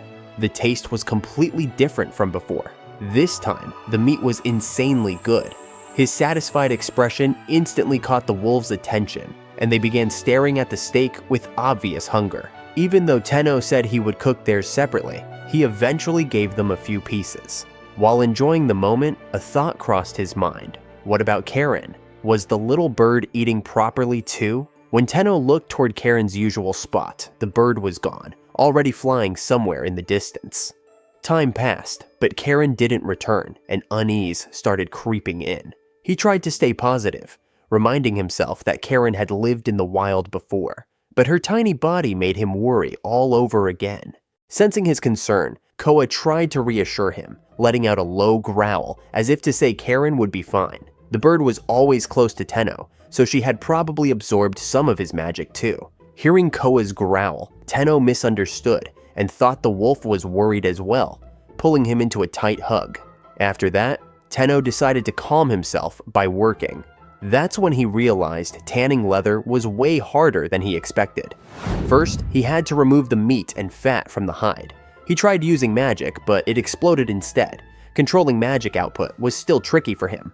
After separating it properly, he washed the hide in a large pot of water, but the water quickly turned pitch black. The hide began to shrink and reek of rot. When that step was done, he moved on to drying, but no matter what he tried, the leather always hardened and became brittle. In the end, Tenno had to admit it. He knew absolutely nothing about leather tanning. He didn't know where he went wrong, but he kept trying anyway, imagining the hide someday becoming a soft futon mattress, a plush rug, or even shoes and small tools if he managed to get it right. Off to the side, Koa and the others quietly watched their master at work. Not long after, one of the wolves returned with fresh prey. Lately, Tenno had noticed something strange. The wolves' appetites were getting bigger and bigger. With that in mind, he stopped his work and prepared food for them. It wasn't just the wolves either. Chief came back from hunting as well, and ever since Shuri joined, the creature had grown noticeably larger. Koa himself had grown massive too, almost the size of a car. With enough prey gathered, Tenno decided to make something special: ham. He got completely absorbed in the process, and by the time he noticed, a whole day had passed. That's when he realized he had forgotten the hide he left soaking in the pot. The water had turned brown and muddy, and there was nothing he could do except dry it. Strangely, this time the leather felt different. It was softer than usual. Confused, Tenno thought back and realized he had also left the wooden stick he normally used for stirring in the pot. That was when it clicked. Wood resin. He had finally found the missing piece. Excited, Tenno asked the dolls to gather large amounts of wood so he could experiment with resin-based tanning. Up until now, he had only ever called them things like number 1 or number 3, and he left the tanning process entirely to them. The dolls worked fast, too fast, honestly. They tested 3 different resin-to-water ratios, dried the hides, and even stretched them on frames to prevent too much shrinkage. Watching this, Tenno couldn't help but wonder how the dolls were outperforming him, even though he was the one who created them. The dolls didn't stop there. They wanted to try even more experiments, but there wasn't enough space in front of the cave. In the end, Tenno told number 1 to cut down nearby trees to make more room. He felt a little guilty. Those trees had probably been standing there for hundreds of years, but he went along with it anyway. Tenno cut the logs into planks and carried them to the 3rd floor and the 1st basement. He lost himself in the work, watching the dolls happily haul planks around, until he suddenly realized he had gone overboard. He had cut down far more trees than he intended. Deciding to ignore that for now, Tenno went inside the house and froze. Brand new furniture filled the room. A comfortable lounge chair stood front and center. There was even a hanging chair, exactly the kind he had dreamed of back in high school. A wooden bathtub had been built beautifully, and the stair railings and floorboards now had non-slip features. The toilet door still wasn't finished, but Tenno was more than satisfied. He smiled, already imagining how surprised Karen would be when she came back. Meanwhile, far away in the slowly recovering water dragon's dwelling, Karen was there. Just what was the little bird doing in that place? The next morning, Tenno headed back to the land he had cleared the day before. He still needed to deal with the tree stumps, but when he arrived, they were all gone, every single one. As he walked around in confusion, he quickly discovered the reason. Ants. A whole colony had dragged the stumps away and carried them into their small nest underground. It was the first time Tenno realized there was an ant nest here. Before he could react, Shurai appeared and gestured for him to come inside. Tenno felt like he was inviting him in, but he politely refused, explaining that he was just passing by. Looking around, he noticed the ants digging neatly into the ground. The holes they were working on were the exact spots where the stumps used to be. The work was surprisingly clean and well organized, and it sparked an idea. This place could become a farm. If that worked, he wouldn't need to search for vegetables anymore. Potatoes especially came to mind. With that thought, Tenno tried to describe what potatoes looked like to Shuri, and asked if he had seen anything similar in the forest. After understanding, Shuri left to search for them. Tenno stayed behind, now fully committed to turning this area into farmland. His next goal was fertilizer. He dug a hole in a shaded corner and reinforced it with a wooden frame, with help from the dolls. Then he layered it with food scraps, fallen leaves, and dry grass. Once it was full, he stomped the soil down, covered everything properly, and sprinkled a bit of water. Now, all that was left was to wait. That was when Tenno remembered something from his childhood, how he once opened his father's compost out of curiosity and found it crawling with insects. An idea clicked. He stretched out his hand and channeled magic, using the opposite of vegetable preservation. He called it Accelerate Time. The spell worked perfectly, speeding up the composting process. When it started to smell and release steam, he knew it was ready. He dug it up and mixed it into the soil, repeating the process again and again. Elsewhere, the wolves were out hunting, clearly enjoying themselves. In the middle of it, bright glowing feathers drifted through the air. Koa immediately growled. He recognized that presence. Back at the field, Tenno finished mixing the compost and stood up. When he turned around, he froze. A bird with beautiful, glowing feathers stood nearby. He gasped, but the moment it chirped, he knew. It was Karen. Overjoyed, Karen rushed toward him, which startled Tenno for a second. He didn't mean any harm. He was just shocked and relieved that Karen was safe, and somehow even more beautiful than before.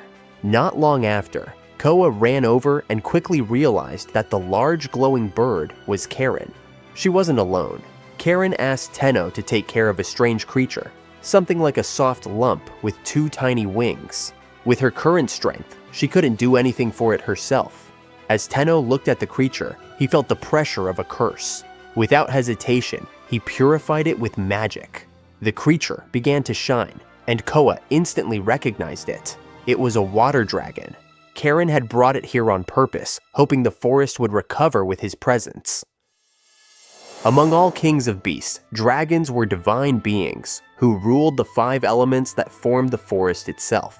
Because of them, the forest had been protected from human invasion for ages, but before anyone truly noticed, the dragons vanished. Now, the rebirth of the water dragon brought a faint but real hope that the forest's waters could recover. Dragons had an enormous influence on nature, and if they ever regained their full power, the forest would be revitalized in no time. That hope pushed Koa the Fenrir and Karen the Phoenix, once natural enemies, to work together, even if a bit of old pride still lingered between them. Tenno, however, had no idea that the fluffy, ball-like creature was actually a water dragon. He simply stared at it in awe, wondering why such an important being looked like a bundle of wool. It felt soft and warm in his hands, so without thinking too much, he named it Fluffy. The name was surprisingly well received. not just by the water dragon, but also by Koa and Karen. While they casually chatted, Cheyenne and the other wolves returned, carrying prey larger than their own bodies. Tenno had always been curious about how they managed that, but what stood out more was how incredibly healthy the animals around him had become. It felt strange, yet somehow normal. After all, this was a parallel world. With Karen back, Tenno decided to cook a large amount of meat. As usual, he cleaned and skinned the prey, but this time he noticed something odd: a stone lodged near the heart. At first, he wondered if it was some kind of disease, like a kidney stone, but not all animals had one. The stone itself was unfamiliar, and when he tried to purify it with magic, nothing happened. Curious, but not urgent, Tenno set it aside for later. Right now, he had something else in mind. He had prepared a new stove using silver ore, eager to test an idea. He placed several round-shaped mountain stones onto it. These stones could retain magic longer and seemed resistant to heat, so he treated them like charcoal. By heating them with magic, he successfully created a makeshift grill. Using skewers made of gold ore, he pierced meat and vegetables, grilling them over the stones. The mouth-watering aroma made Karen start drooling. She clearly preferred cooked meat. Meanwhile, Koa approached with a full belly after eating raw meat, which made Tenno wonder whether Fluffy could eat meat as well. After adding salt and lemon as a final touch, Tenno took a bite of his barbecue. His face relaxed in satisfaction. It was genuinely good. The success of the meal sparked a new thought in his mind. Maybe it was time to create more cooking tools. While eating, Tenno suddenly remembered the small stones he had found earlier. No matter how he looked at them, they seemed completely ordinary. But the moment he channeled magic into one, the magic spread through the stone instantly. That shocked him. Until now, mountain stones were the easiest and most efficient tools for magic, but their effects always faded once the stored magic ran out. Finding a stone that could spread magic immediately caught Tenno's interest. Curious, he poured more magic into it, feeling that the stone could probably hold a large amount. He was right. The stone changed color once enough magic flowed through it. When he infused all the small stones, each one turned a different color. Some became green, others scarlet, aquamarine, or blue. Tenno guessed the colors were tied to the type of monster they came from. Still, no matter how impressive the stones looked, he had no idea what to actually do with them. Just as he was about to dismiss them as useless, Koa suddenly let out a low growl, as if trying to show him something. Koa took a deep breath, and flames burst from his mouth. Tenno froze in shock at the sudden magic. Then, Koa spat out the stone near his feet, and picked up a red one. That was when it clicked. This was how Koa used fire breath. Tenno's brain lagged for a moment. Honestly, he didn't fully understand what Koa was trying to explain, but he came to one conclusion. The stones were meant to amplify magic, so he tested it. Holding one of the stones, Tenno cast a water spell. In an instant, high-pressure water blasted out of the small cup on his barbecue stove, completely putting out the fire. Well, at least by pure accident, he had just discovered an incredibly convenient item. The next day, remember when Tenno asked Shuri to look for edible vegetables that grow underground? Today, Shuri finally brought them back, confident they were safe to eat. He explained that the vegetables could even be eaten raw and tasted pretty good. But the moment he cut one open, Tenno suddenly grabbed all of them and rushed straight to the field. What he wanted to do was prepare the soil and mix in the fertilizer he had made earlier. To be honest, the only thing he ever helped with was making compost, so he had no idea if it would work. Still, trying was better than doing nothing. Since the soil condition was already decent, he decided to shape it into ridges. After a while, the familiar raised rows of farmland slowly took form. For the potato-like vegetables Shuri brought, Tenno cut them in half and planted them directly into the soil. He didn't even know what the plant actually was, and part of him worried it might be cursed. Still, he chose to trust Shuri and kept planting. Before long, all the vegetables were fully buried. The ridged soil now looked more like a proper farm than an empty field. Meanwhile, at the corner of the garden, Shuri couldn't understand why his master was burying vegetables he had just picked. Koa assumed it was some kind of storage method. In short, none of them actually understood farming. After finishing the planting, Tenno started wondering what season it was. the air felt slightly warmer compared to when he first arrived. With such a wide field and weeds already growing, he knew he'd need help. That's when he decided to create stone dolls again. Slowly, he shaped the stones into humanoid figures. Their purpose was simple: weeding, watering, fertilizing, and pest control. To make that work, he embedded small magic stones into their bodies. After testing the stones yesterday, he had begun to understand their functions. Red stones boosted fire magic, blue stones enhanced water magic, and green stones were still a mystery, though they seemed connected to nature. As a finishing touch, Tenno poured a large amount of mana into each stone doll. Moments later, the garden care dolls began to move, and when Tenno greeted them, they immediately lined up and greeted him back. With the garden and field finally taken care of, Tenno moved on to his next plan: fishing. He headed to the lake he had purified earlier with the wolves. His goal was simple. He wanted to make soy sauce. Sadly, soybeans were completely out of his reach, but fish? That was doable. If he could catch some, he could at least try making fish sauce. From what he remembered watching on TV, it was just fish fermented with salt. Simple enough, in theory. This time, Fluffy tagged along to the lake. The small creature looked unusually excited, almost like it was trying to tell Tenno something. Tenno cast his fishing line and waited, looking confident and relaxed. Everything felt peaceful, until Fluffy suddenly shot forward at insane speed and dove straight into the lake. A moment later, the water exploded. A massive fish burst out of the lake, shocking Tenno and the wolves alike. It was huge, packed with sharp teeth, and clearly not something you could catch with a fishing rod. But somehow, there it was.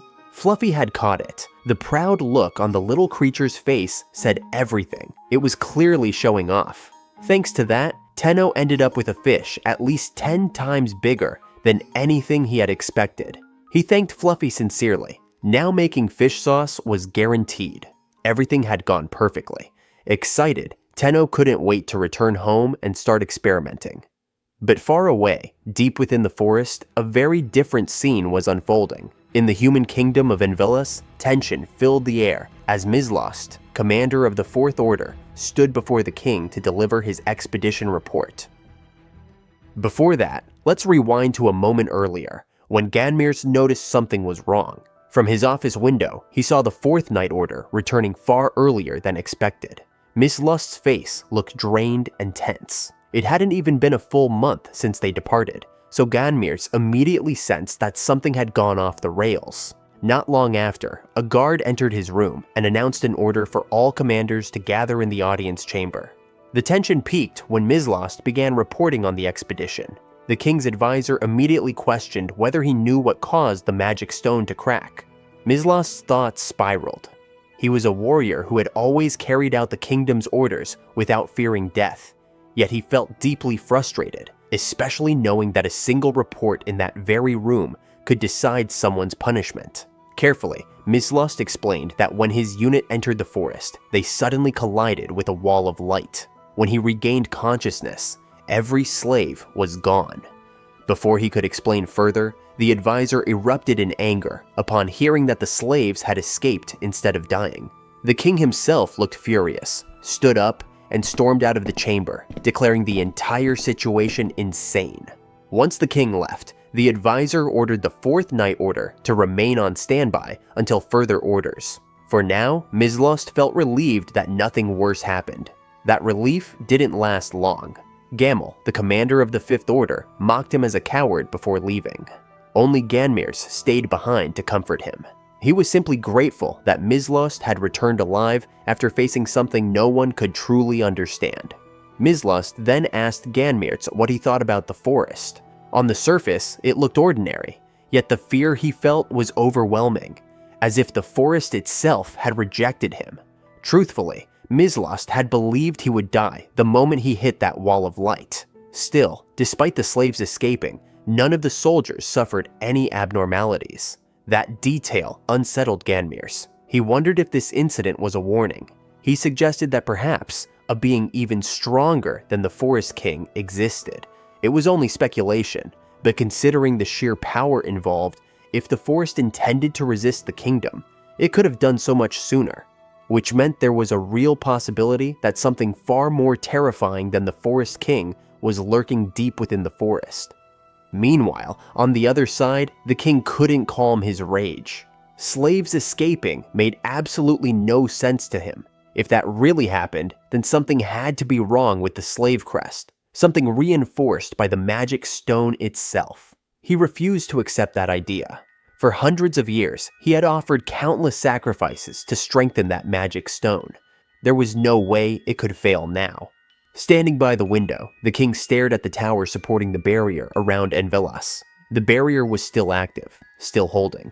His thoughts shifted to another possibility, the enhanced beasts they had sent into the forest.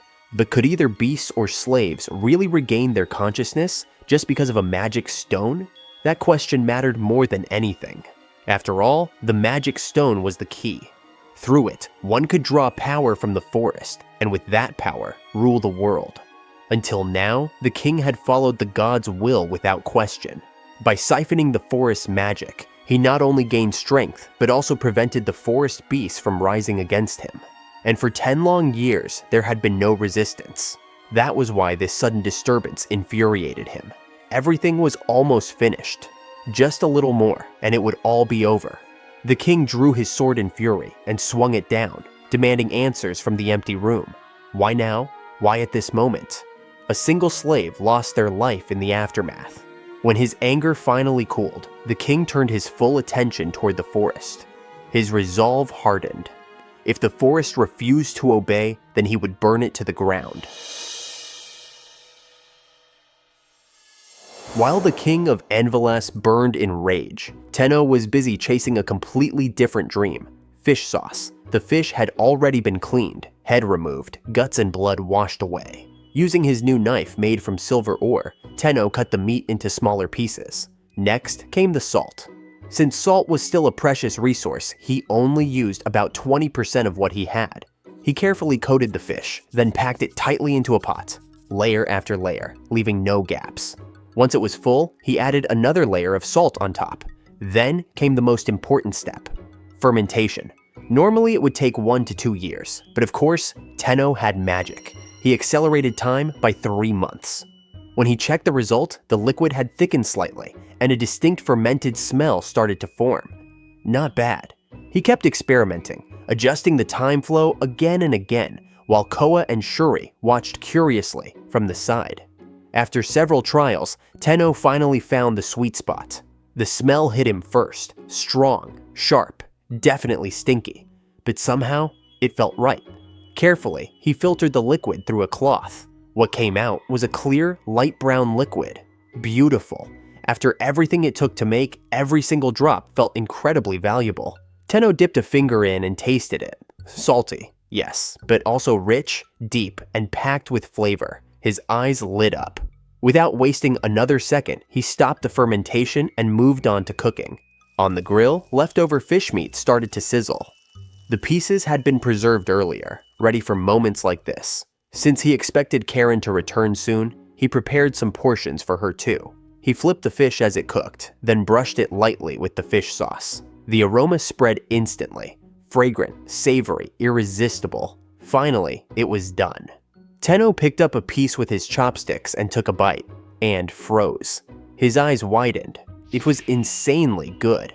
Salt alone could never create this kind of depth, this kind of aroma, and somehow, in this other world, the flavor felt even more intense. Before he realized it, he was eating faster and faster, until he suddenly felt something behind him, a strange, warm breeze.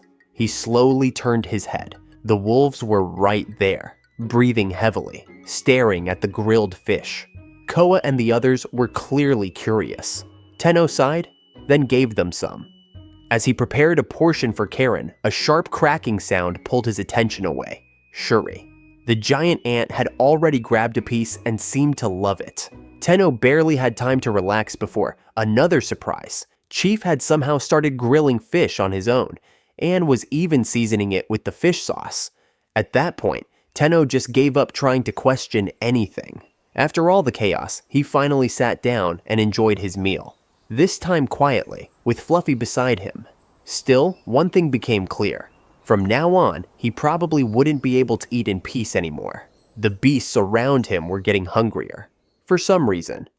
That night, after a long day, Tenno lay down on his soft, comfortable bed. Half asleep, he murmured to himself, still amazed at how much the dolls had evolved. At this point, they were starting to feel less like simple golems, and more like a full agricultural core. With that thought lingering in his mind, Tenno slowly drifted off to sleep, wondering what kind of changes he'd see in the fields tomorrow. Tenno thought it was going to be a normal morning, nothing special, but the moment he stepped into the fields, something already felt off. One of the dolls walked up to him and handed him a new set of clothes. The quality had improved so much that it actually caught him off guard. Then he looked around. The ants and the dolls were already working. So naturally Tenno offered to help, but they refused. Even the leather drying process didn't need him anymore. And just like that, Tenno realized something. He had nothing to do. For a moment, he just stood there, feeling kind of useless. But before that feeling could sink in, Chief and Shuri suddenly rushed toward him. They were carrying something, a strange white object. They lifted it up, gesturing toward him, clearly asking for something. Tenno didn't get it at first, but then it clicked. They wanted his mana. Still unsure, Tenno slowly poured a small amount into the object, and then, crack. The surface split open, and what came out next made his whole body freeze. Tiny creatures, baby ants, baby spiders, those things were eggs. Tenno stared at them for a second, then screamed. Loud. His voice was so loud that it echoed through the entire forest. Sometime later, Tenno walked through the forest, still embarrassed. He kept apologizing over and over, saying he didn't mean to scream that loud. He felt bad for Shuri and Chief, but yeah, insects just weren't his thing. As he walked, he glanced at Chai, who was carrying Chief, wondering if the wolf was okay. Because honestly, Chai didn't look like a fan of bugs either. Still, it had been a while since Tenno went out like this with Koa, so he smiled and gently patted Koa's fur. Then, he tried offering the same to Chai, but Chai turned his head away. Tenno thought he got rejected, but in reality, Chai actually wanted it too. He just didn't know how to show it. They kept walking for a while, until they found a cave. The moment they stepped inside, everything changed. The air felt heavy, hostile, dangerous. Tenno instantly became alert, and then he saw them, a pack of direwolves, still under a curse. Meanwhile, far away in the kingdom of Envelas, inside the royal throne hall, knights and mages stood in perfect formation. The king stepped forward and gave his command. 25 mages would accompany the 2nd and 5th Night Orders. Their mission? To wipe out the monsters in the forest. In the king's eyes, he had already shown enough mercy. He had spared the beasts, even gave them a purpose for the kingdom. But now, that mercy was gone. Their repeated rebellion had crossed the line. So, he made his decision. He would burn the entire forest to the ground. Most of the knights stood proud, full of confidence. But one of them, Ganmir's, felt something was wrong. Was this really going to work? Sure, the mages were powerful, and the 5th Order had crushed monsters before. But still, what if they weren't facing the kings of the forest, but something stronger? Back in the cave, the direwolves attacked. Fast, wild, ferocious. But they couldn't break through the barrier Tenno had already set. Watching them up close, Tenno noticed something. Their condition. It reminded him of Shuri. Chai tried to call out to them, trying to bring them back, but it didn't work. Desperate, Chai turned to Tenno. Tenno clenched his fist, and quietly, bind. The spell activated instantly. The direwolves froze. Not a single one of them could move. Without wasting a second, Tenno cast purification magic. Light spread across their bodies, and just like that, the curse was gone. The direwolves collapsed to the ground, completely drained. Their bodies were thin, weak, barely holding on. Tenno quickly used healing magic to stabilize them, but seeing their condition, something inside him snapped. Anger. Whoever did this, he wouldn't forgive them. At that exact same moment, back in Envelas, the king stood proudly, giving out orders, ready to show the forest just how terrifying his kingdom could be. But he didn't notice it. A massive wave of magic, rushing straight toward the kingdom. Something was coming, and this time, Envelas might not be ready for what's about to happen. The forest didn't just grow, it leveled up in a matter of days. After Tenno doubled the agricultural core, everything started changing fast. Before he even realized it, a small lake had formed near the fields, probably thanks to the ants digging non-stop. And honestly, Fluffy was living its best life, flying low over the water as it had just discovered a personal playground. Then suddenly, Fluffy scooped up some lake water with its power and dropped it right in front of Tenno, like it was trying to say something important. Too bad. Tenno had no clue. So naturally, he misunderstood and thought Fluffy wanted the lake to be bigger. And just like that, he started chopping down trees one by one to expand it. He kept going until his energy completely crashed. Exhausted, he headed back home, only to be greeted by the spiders, who immediately guided him to the storage room. Every empty rack filled completely. Watching the dolls working non-stop, Tenno noticed the spiders scratching at the walls. That was their way of saying, "We need more space." So he used his magic to stop time as the air turned cold. And the moment everything froze, the dolls moved at insane speed. They carried wooden blocks, built new shelves, and organized everything in what felt like seconds. Food supplies were neatly stored, everything perfectly arranged. When Tenno tried to help, he got rejected, straight up. Yeah, that stung. Feeling kind of useless, he decided to go hunting with Koa instead. They moved through the forest together. At first, Tenno struggled to keep up with Koa's speed, but eventually he adapted. Time passed quickly, and before they knew it, they had reached the edge of the barrier. Tenno started thinking about expanding it, but Koa suddenly stopped. A low growl escaped him. Something was wrong. Then it appeared, a wyvern flying above them, radiating pure hostility. Koa reacted instantly, launching an attack, but missed. Not far away, Karen had just returned early and spotted the wyvern too. It was rare for a creature like that to show up here. At first, she didn't think much of it, until she saw her master below. Then, everything changed. She rushed toward him at full speed, knowing how dangerous that thing was. Wyverns had incredibly tough skin. Normal attacks wouldn't even scratch them. This was bad. She just hoped she'd make it in time. But that worry turned out to be pointless. In the next moment, Tenno casually used his magic, and the wyvern's head was gone, just like that. Karen and Koa froze in shock. Even Tenno himself looked confused. He didn't expect that at all. It was pure reflex, and somehow his magic had sliced through the air itself. With the wyvern down, Tenno simply asked Koa if it was edible. Then he greeted Karen, who was still frozen mid-air, like nothing insane had just happened. Back at home, Koa told Chai to take some of the wyvern meat too. Chai hesitated, but accepted it happily. Tenno had been a little worried about him. He thought Chai might leave Koa's pack once he found his old comrades again. But maybe that wasn't something he needed to worry about. Because back then, when Tenno encountered a pack of direwolves, Chai's former companions, something unexpected happened. He lost control, anger took over, and without meaning to, he unleashed a full-powered scream, sending the curse back with overwhelming force. He didn't know what happened after that. Even now, he still wonders, who cast that curse and where are they hiding? The moment the king of Envelas gave the order to burn the forest, something answered. A bolt of lightning suddenly struck right in front of him. It didn't hit, but it was close enough to make even the king pause. Still, he refused to believe it meant anything. In his mind, his kingdom was untouchable, protected by an absolute barrier that had never failed for hundreds of years. News of the attack spread across the palace in an instant. Mizlost, who wasn't there at the time, was shocked. The lightning had appeared right in front of the king, but was it stopped by the barrier? He praised the king's powerful defense, but Ganmir's didn't look convinced. Something about this didn't sit right with him.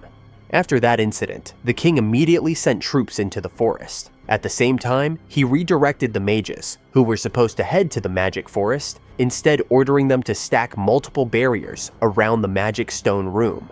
Then, he locked himself inside. That alone was enough to make both Ganmir's and Mizlost uneasy, because this was a king who had never been attacked, not once, for centuries. And yet now, he was acting afraid. For Ganmir's, one detail kept bothering him.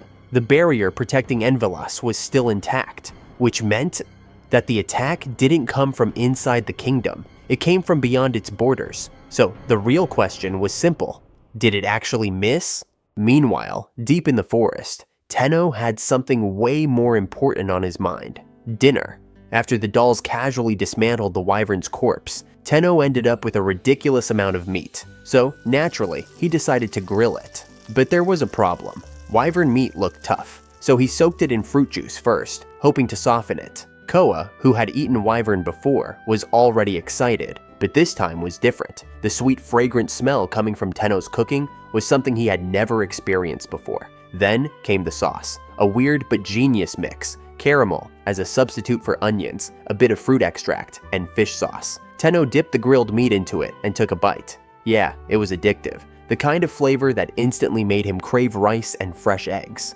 But there was one disappointing truth. It didn't taste like chicken, and somehow that only made him crave fried chicken even more. Then it hit him. He remembered a survival show, something about extracting oil from camellia seeds. That thought alone got him excited. If he could make oil, fried food was possible. While Tenno got lost in that idea, Karen and the wolves were busy fighting over the wyvern meat. They already had their own portions, but for some reason, things still turned chaotic really fast. A few moments later, Tenno came to a conclusion.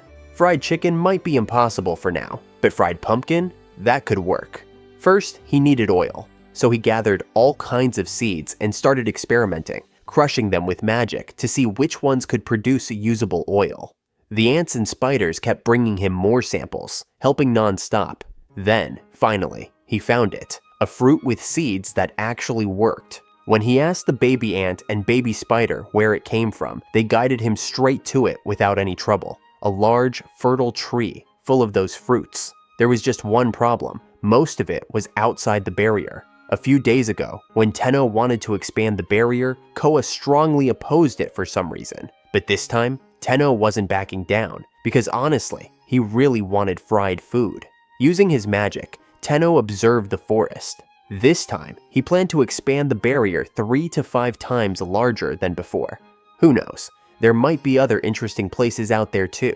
Even though Koa and Chai tried to stop him, Tenno had already decided he would expand the barrier and at the same time cleanse the curse in that area. Back in Envilas, Ganmir's expression turned serious. Based on his calculations, it would take 10 days to reach the forest entrance from the royal palace, and months more to reach its center. Mizlost was confused at first, but then Ganmir said it clearly. That place was where the attack came from. He believed it was connected to the king's order to burn the forest. And just like that, two opposing views clashed. The king believed the attack never breached his barrier. To him, it was nothing more than a desperate final attempt from monsters. But Ganmir's wasn't so sure. He began to doubt whether Envilas was truly as safe as they believed. Confidence versus unease. And then, the answer came. Not from words, but from the forest itself. Deep within it, Tenno activated his magic and returned the curse to its source. Not just once, but twice as strong. What followed was chaos. Inside the magic stone room, energy began to overflow violently. The king was visibly shaken as the magical power spiraled out of control. Because this wasn't just one curse being returned, it was everything. The curse in the soil, the rivers, the lakes, all of it came back at once. Lightning began to form above the magic stone, striking wildly in every direction. The entire room turned into a storm of magic, and it didn't stop. Tenno continued purifying everything, from the roots beneath the ground to the very tips of the leaves, before finally casting a single word: return. The moment the purification ended, so did the disaster. The storm vanished, but not without damage. Several mages were left injured from the backlash. The king of Envilas stood there, drenched in cold sweat. For the first time in a long time, he felt fear. Meanwhile, far away in the forest, Tenno simply felt satisfied. Two completely different worlds, two completely different outcomes. The forest didn't just expand, it exploded outward. When Koa went to check, the barrier had grown way beyond what should have been possible in a single day. A few days earlier, the wolves and the others had already felt it. That overwhelming surge of energy. It confused them, worried them. But the dolls, they acted as if nothing had happened. And then Tenno came back, completely fine, standing there, maintaining a barrier that size was no big deal. That alone left Koa in quiet awe. Later that day, Tenno returned home and immediately felt something was off. The moment he stepped forward, he realized he was standing on a huge wooden deck. He walked inside and the surprises didn't stop. The front door had been replaced with a high-quality sliding door. Every single room now had proper doors too. Before he could even process it, one of the dolls grabbed him and dragged him downstairs. And there it was. The dolls were busy building frames for more sliding doors. Then it clicked. They needed glass. They were asking Tenno to finish it. But that wasn't all. They pulled him into the living room next, pointing at the wall, even drawing outlines on it. Their intention was clear: break this part. So Tenno started dismantling the wooden wall, piece by piece. For a moment, a random thought crossed his mind. Could the dolls actually use magic too? Nah, didn't matter right now.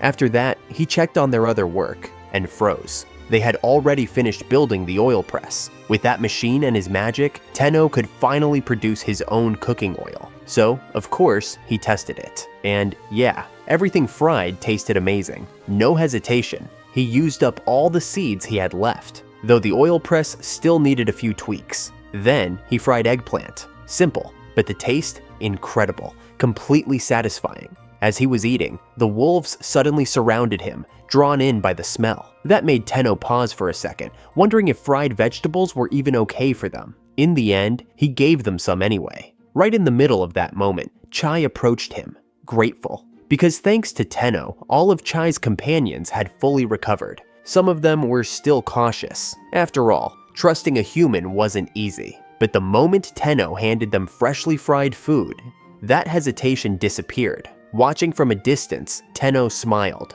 Chai and the others clearly loved the pumpkin-like vegetable. Since they were all gathered, Tenno decided to do something else. Give them names. The males became Chaya and Chata. The one with the white nose, Charu.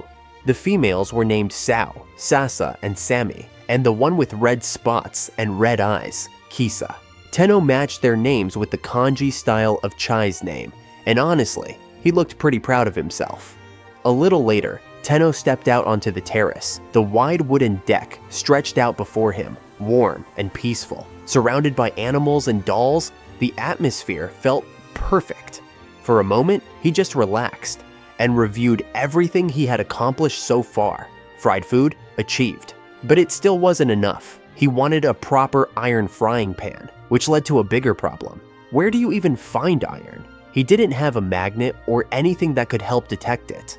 But as he kept thinking, something clicked, a memory. There was a magnet, one that had been with him this whole time, his wallet, the one that somehow came with him from Earth. Finding iron became Tenno's new goal. Every time he stepped outside, he said he was searching for iron ore. But in reality, he was just sticking his magnet onto random rocks like a guy hoping for luck. Still, he liked knowing the magnet came from his wallet, a tiny piece of Earth, still useful here. The problem was, this forest was way too vast. At first, he searched only inside the barrier, but even that area was filled with countless caves. It made him wonder if this place used to be a volcanic region, and for some reason he couldn't even enter the deepest parts of the mountains. 5 days passed, nothing. He found plenty of strange rocks, just not the one he wanted. Even so, he wasn't tired yet. But since he had already hunted along the way, it was time to head back.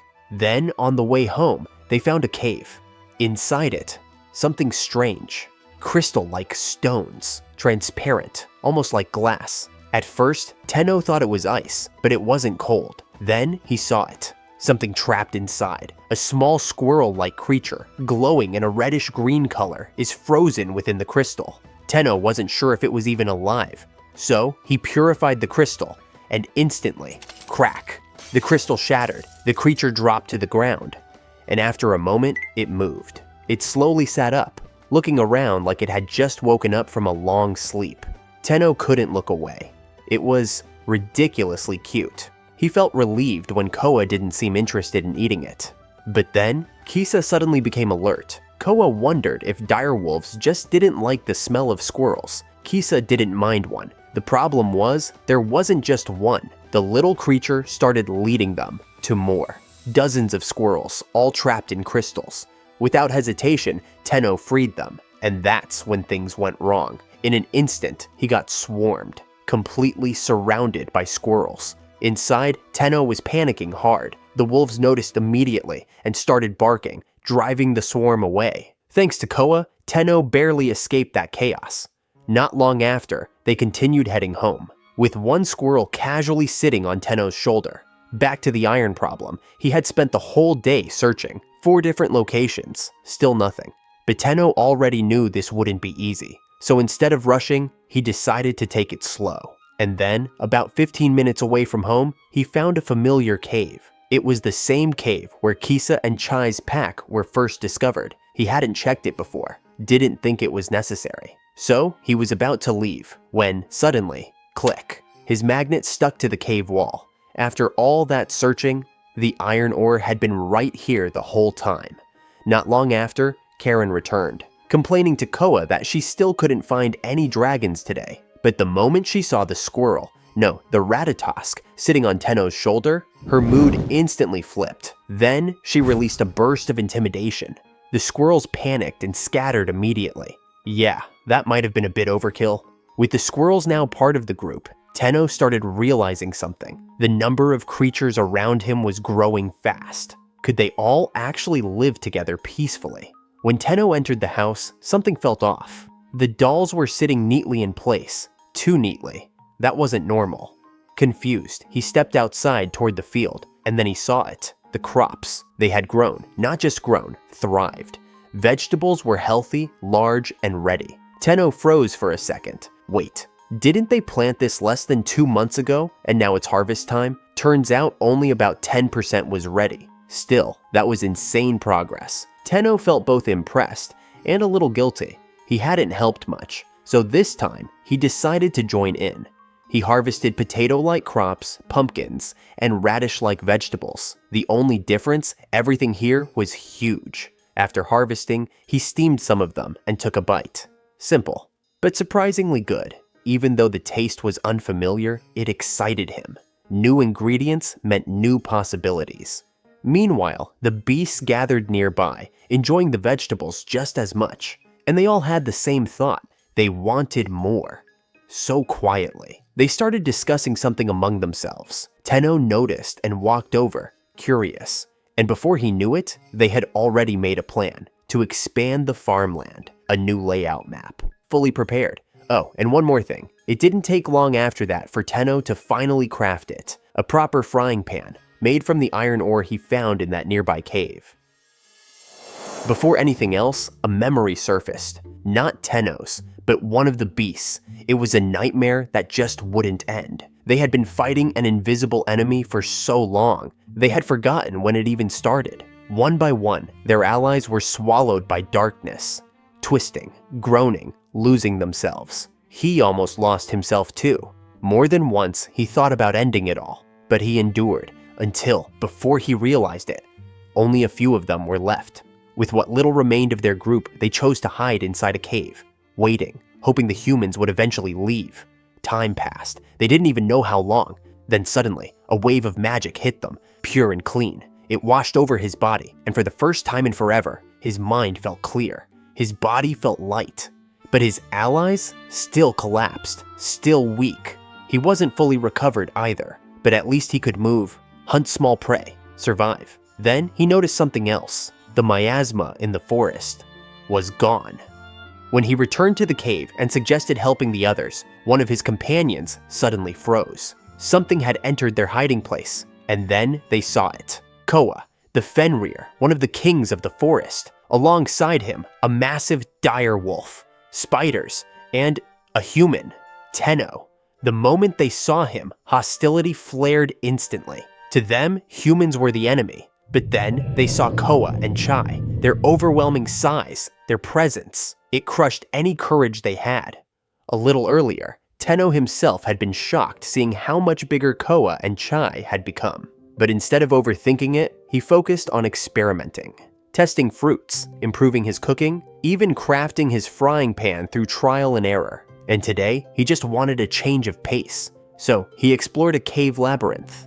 That's where he found them. A pack of dogs, a lot of them, but they weren't aggressive. Not anymore. Seeing that, Tenno didn't hesitate. He purified the curse inside them and healed them with his magic. At that exact moment, the leader of the pack realized something. This magic. It felt familiar. It was the same sensation he had felt before. Koa confirmed it. Their master was the one who had saved them, restored their strength. Hearing that and seeing a being like Koa acknowledge a human as his master, everything changed. Respect replaced hostility. After saving them, Tenno brought the pack back home. From a distance, the place looked completely different now. Wide, peaceful, and almost like a sanctuary. Even Tenno himself still wasn't used to how big his home had become. As they got closer, he noticed something strange. Behind the hill, there was now a forest. He was sure there had been nothing there before. The moment he arrived, Chief rushed over excitedly, along with Shuri. Both of them proudly reported that they had been working hard planting fruit-bearing trees. Of course, there was still some light arguing between them. Some things never change. Meanwhile, the newly rescued dogs were frozen, because in front of them stood creatures they had never seen before, terrifying ones. Golems, Turania, and Anfarumi. Just looking at them was enough, and in the next moment, the entire group of normal dogs collapsed on the spot. Tenno thought he'd seen everything.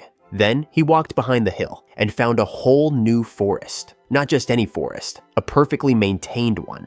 Dozens of leafy plants, more than 30 types that he considered vegetables, and fruit trees, almost 200 of them. And among those, about 30 looked just like grapes. Yeah, that alone got him excited. But at the same time, something didn't make sense. How did the Agricultural Corps plant all of this in just half a day?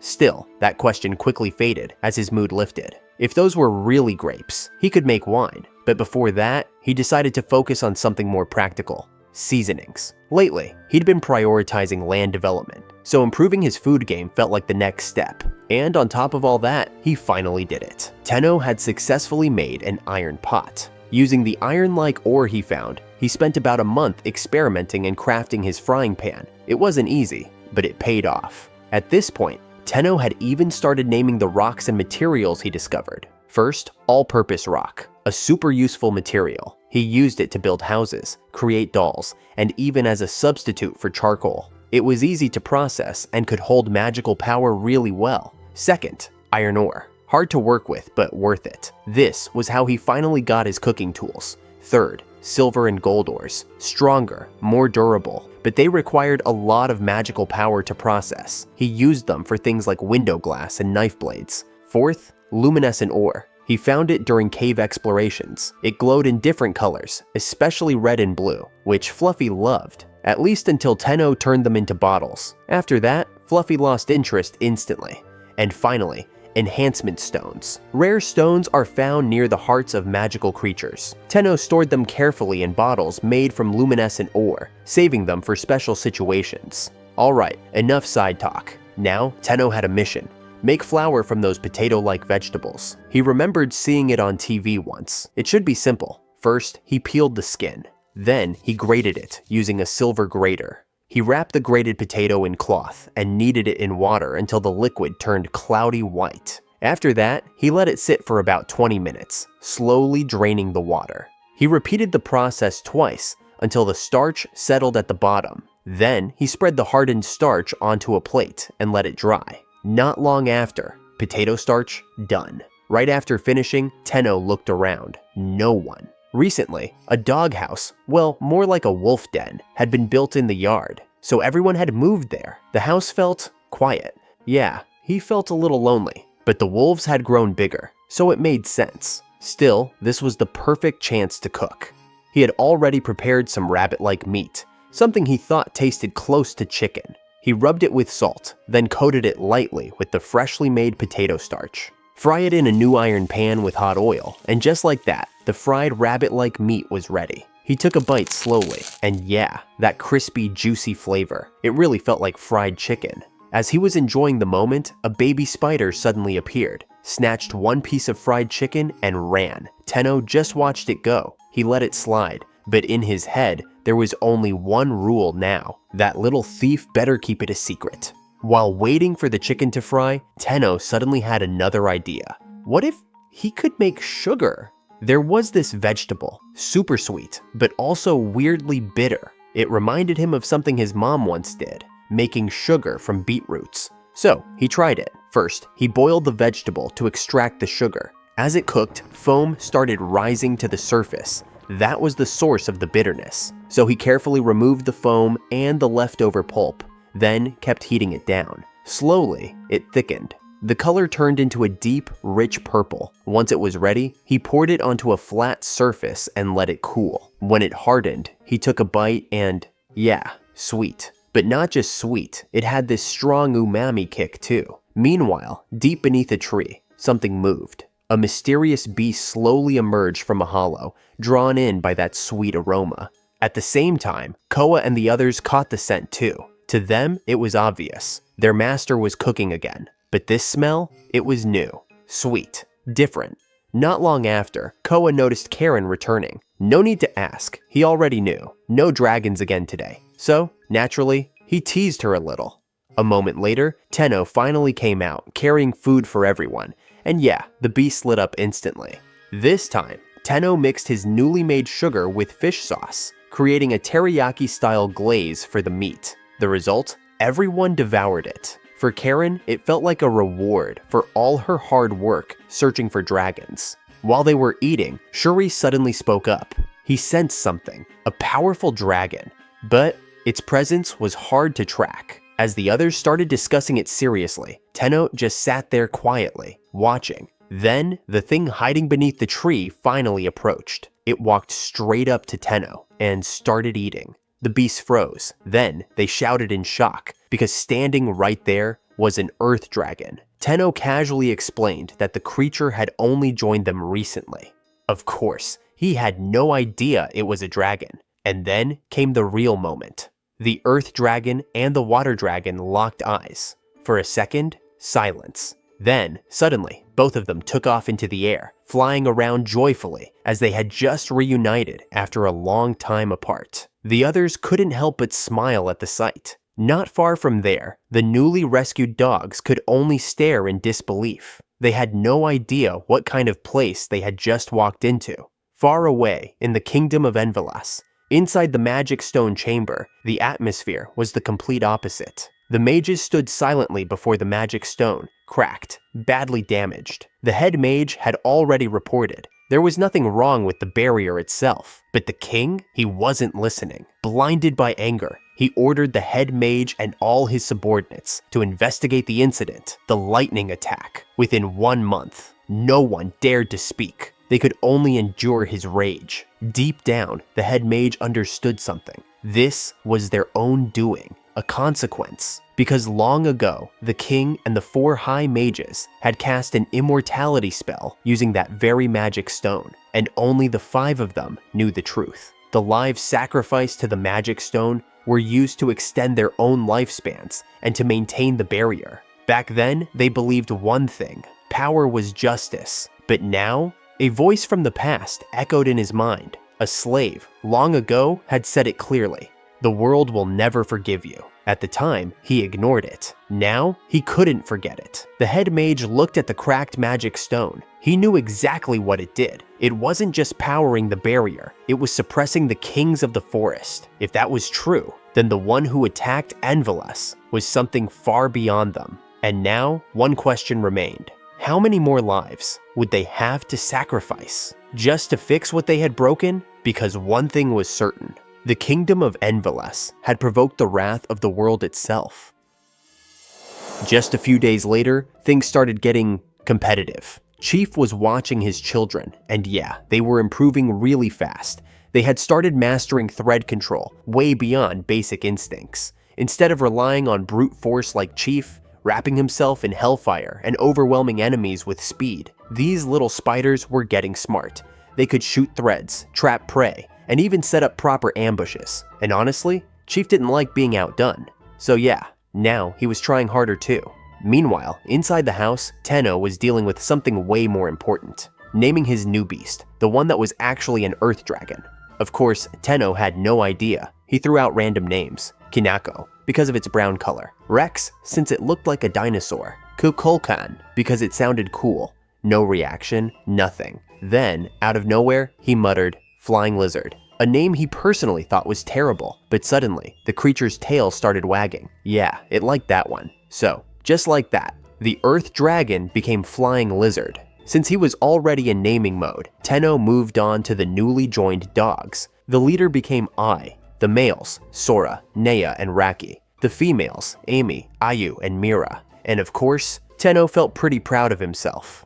Not long after, under the blazing heat, Tenno jumped straight into the river. Instant relief, cold water finally, and right beside him, Flying Lizard joined in. Even after soaking in the cool water, the heat didn't fully go away. Tenno was pretty sure the temperature was close to 40 degrees Celsius. Yeah, this world's summer was no joke. They floated along with the river, letting the current carry them.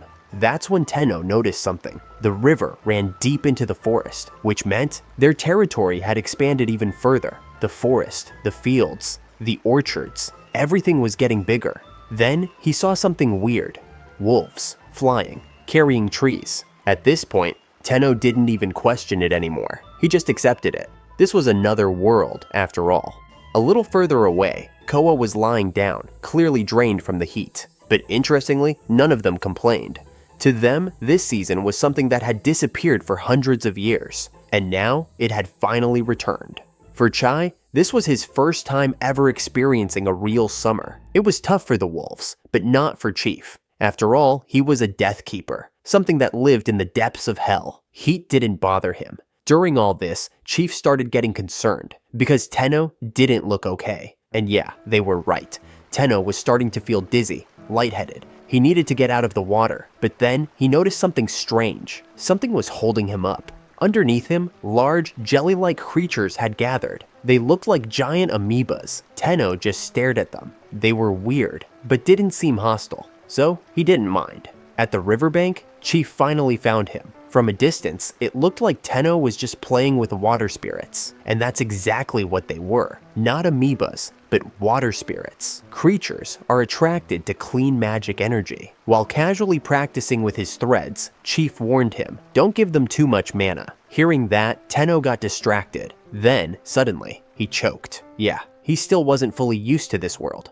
Not long after, back at home, chaos. The pot Tenno had prepared that morning, filled with meat and potatoes, was gone in seconds. The beasts were eating like crazy, fighting over food without holding back. Meanwhile, Tenno just sat in the corner, watching everything, thinking, yeah, I need at least 3 more big pots, maybe even more.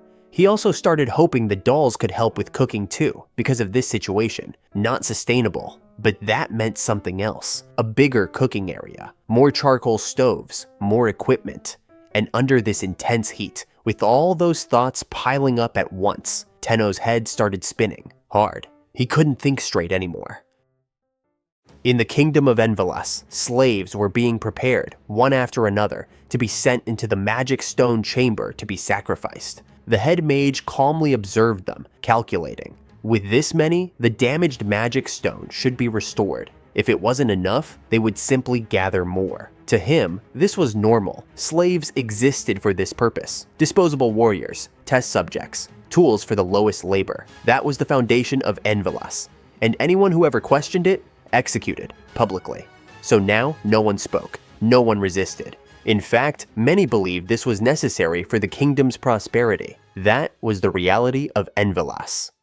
Meanwhile, far away in the forest, Tenno was back in the river, relaxing, floating beside Fluffy. The dizziness from before? Not sickness, just heat. The kind that messes with your head and steals your sleep. But here, by the water, everything felt better. He lay there, watching the dolls working tirelessly in the forest. Peaceful. Almost too peaceful, because deep down, something didn't sit right. If he kept enjoying this life without thinking, it felt like something inside him would eventually break. Still, he didn't want to leave this place, so instead, he started thinking about preventing the curse. Tenno still didn't know anything about humans in this world, but if there was a curse, he was almost certain it came from humans. There had to be people somewhere outside the forest, right?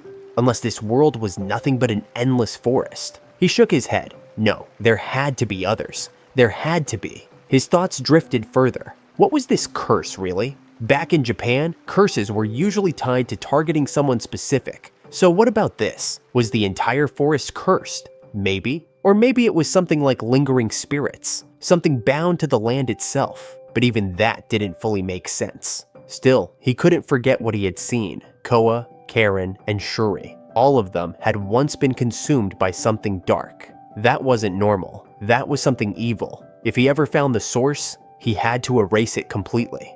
While Tenno was lost in thought, Koa and the others, out hunting, suddenly felt something off. Something bad and dangerous. But Tenno felt nothing, still floating there, building theories in his head. At some point, his thoughts went even further. What if curses were connected to demons? Like in those movies, summoning rituals, sacrifices. Dark power is used to spread corruption. It sounded ridiculous, but also possible. Tenno didn't stress about it. Honestly, his brain wasn't working properly in this heat anyway, so he simplified it. Doesn't matter what it is. If it's an enemy, he'll destroy it.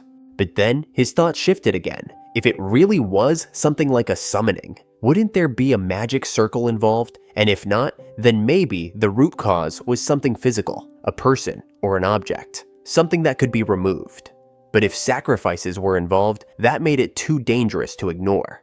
At that exact moment, in Envelas, the sacrificial ritual had begun. Slaves were led into the magic stone chamber one by one. The mages stood in formation, guiding the sacrifice, feeding lives into the stone. Back at the river, Tenno kept thinking. He imagined it with a black stone, since he didn't know about a magic circle, something acting as the core. But if the ones behind it died and became part of it, then the problem wouldn't end. So he came up with a different idea. Instead of killing them, what if he just shut them down, put them to sleep, erase their memories, make them forget how to even start something like this again? Yeah, that sounded better to him. Then his thoughts sharpened. If it really was a curse, destroying it wasn't enough this time. He needed to seal it completely so it could never appear again. In his mind, he pictured it, a place locked away, like a shrine, untouchable and isolated. Tenno slowly smiled, satisfied with his plan. And at that exact moment, as the mages of Envelas continued their sacrifice, Tenno activated his sealing magic. The moment Tenno activated his magic, something exploded. A surge of magical energy burst outward, followed by a blinding flash of light. And miles away, inside the kingdom of Envelas, the head mage felt it instantly. The ritual collapsed. The energy wave tore through the magic stone chamber, throwing everything into chaos. The slaves, who were supposed to be sacrifices, suddenly woke up, confused and disoriented. The mages, they dropped unconscious. One of the remaining mages, barely able to stand, turned toward the head mage, asking what had just happened. But their leader didn't answer. He just stood there, frozen. Slowly, the head mage turned his gaze toward the magic stone, and his expression broke. Wrapped tightly around the stone was a thick rope decorated with zigzag paper ornaments. Like something straight out of a shrine, a seal. The magic stone had been sealed. At the same time, deep in the forest, Tenno's eyes widened. Suddenly, his mind felt clear. The dizziness was gone, just like that. He thought maybe it was dehydration, finally catching up and then easing off. But in reality, without even realizing it, he had just sealed the very source of the curse tied to the magic stone. The thing that had been affecting the entire forest. Tenno let out a small sigh. So, instead of overthinking it, he made a simple decision. Head home and sleep early. A month after escaping Envelas, the freed beastfolk slaves finally made it out of the dense forest. What greeted them wasn't another battlefield, but houses and beastfolk women working in what looked like orchards and gardens. The exhausted slaves carefully approached and asked for help. Without realizing it, they had crossed into the country of Entor, a neighboring nation of Envelas. Meanwhile, at the royal palace, King Esmaluit was shocked when he heard that slaves from Envelas had entered his country. His first suspicion was that they were spies. However, that theory quickly fell apart when it was discovered that their slave crests, the symbol of Envelas' control, were no longer active. His aide informed him that the court mage, Amagal, was already questioning the former slaves. During the interrogation, one of them explained that they had been soldiers sent into the forest to investigate it.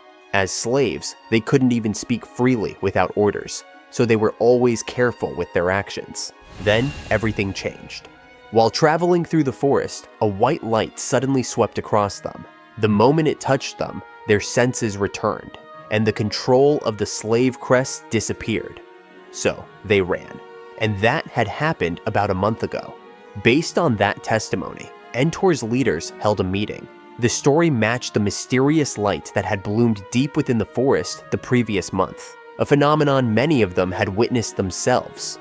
King Esmaluit wasn't too concerned at first. He believed the vast forest acted as a natural buffer zone that kept the Envelas Empire away from Entor's borders. In his opinion, it might be best to leave the matter alone. Amigal immediately disagreed.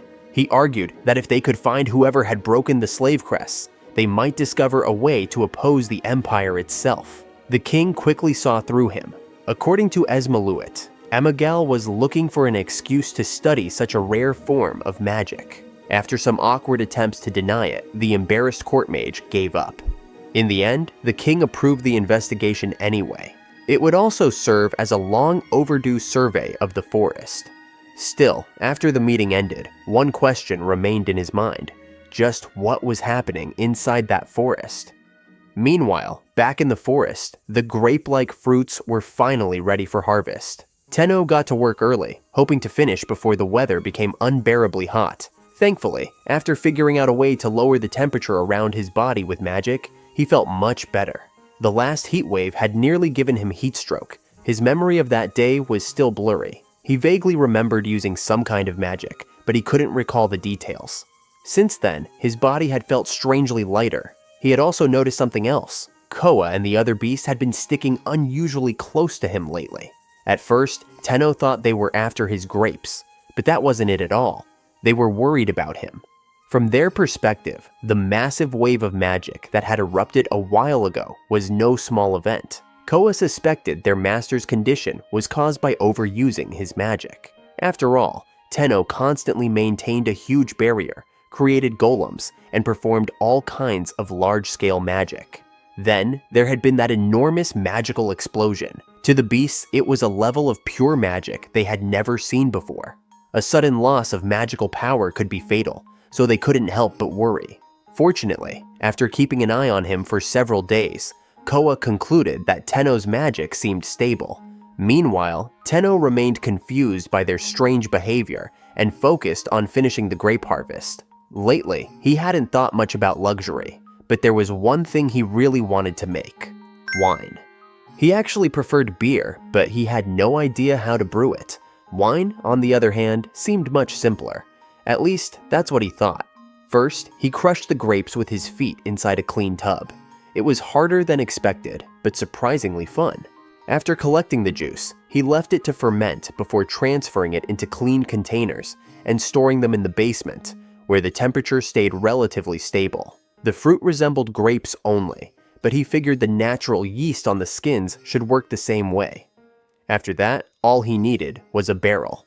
Or so he thought. 6 hours later, Tenno sat there wondering if barrel making was supposed to be this difficult. The hardwood he had chosen refused to bend properly. He couldn't shape the pieces evenly, and whenever he thought he had finally succeeded, the barrel ended up leaking and collapsing. After failing again and again, he finally changed his approach. Instead of bending wooden planks, he cut large logs, removed the bark, and dried them. The beasts watching nearby were completely confused about what their master was trying to do. Ignoring them, Tenno continued working. He cut massive tree trunks into 1-meter sections, then used teleportation magic to shape them into barrels and hollow out the insides. With magic doing most of the heavy lifting, the process became much easier. The final step was carving out the bung. Not long afterward, several completed barrels were neatly lined up in the basement. Looking at the growing collection, Tenno realized he might have to expand the basement again. Meanwhile, in the kingdom of Envelas, the king was furious. The high mages had failed to repair the magic stone. They explained that they had tried multiple times, but every attempt ended in failure. Worse yet, the mage who performed the repair had lost all of his memories and magic. The king didn't care. Repairing the magic stone was a task they had successfully done countless times before. If there weren't enough slaves to power it, then they could simply breed more.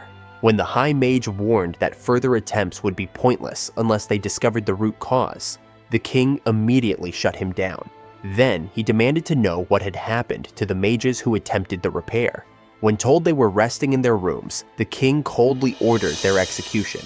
They were useless now. Despite their years of service, he didn't hesitate for a second. The High Mage could only obey and continue searching for a way to restore the magic stone.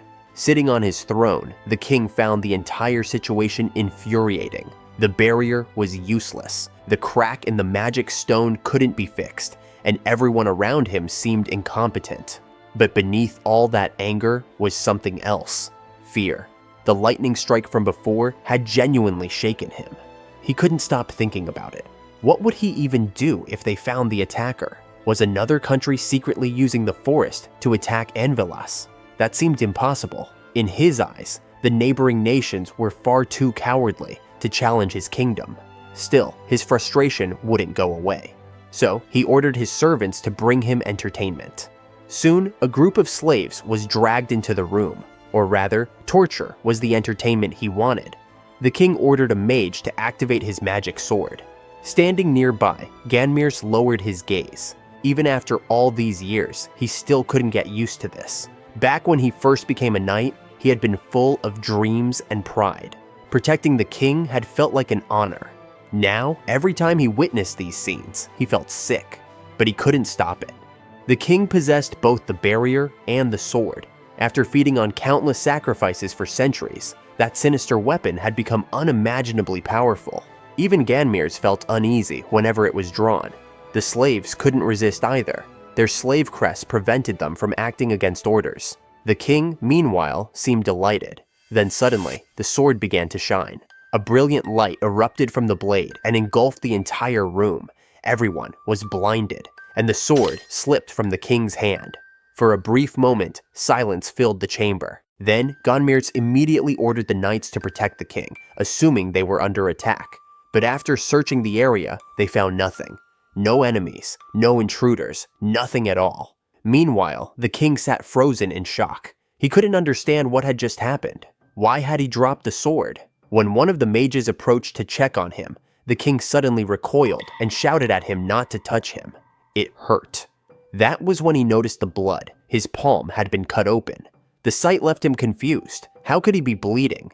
He was supposed to be protected by the kingdom's strongest defenses. Then, his attention returned to the sword. What happened to it? Unbeknownst to the king, strange ornaments had wrapped themselves around the weapon, just like the magic stone before. The sword had been sealed. One of the knights soon reported to Ganmir's that no enemies had been found. Ganmir's then asked permission to inspect the sword. The moment he picked it up, he realized something was different. The sinister magical power was gone. The weapon no longer felt like the legendary magic sword that had terrorized people for centuries. Now it was just a sword, an ordinary sword. He then asked the mages about the rope-like object wrapped around it. The answer immediately caught his attention. The strange grass-like rope was identical to the one that had appeared around the magic stone. Based on that alone, Ganmir's concluded this was another attack from the forest, the same source behind the magic stone incident. But why? That was the question he still couldn't answer. Determined to learn more, he left to gather information before making any decisions. However, before he got far, he noticed one of the mages trembling in fear. The mage looked as if someone invisible was threatening him. Then, Ganmir's recognized him. It was the mage who had activated the magic sword. At that moment, everything clicked. This was exactly what had happened to the mages who attempted to repair the magic stone. Ganmir's mind raced. Were both incidents connected to sacrifices? A terrible possibility had just crossed his mind. He glanced toward the slaves. Then, for the first time in a very long while, his body trembled with excitement. Because if his suspicion was correct, there might finally be a way to stop the king. When Ganmir's was a child, he once read his great-grandfather's diary. The diary described a very different forest from the one that existed today. The trees swayed peacefully in the wind, and the forest blessed the people who lived nearby.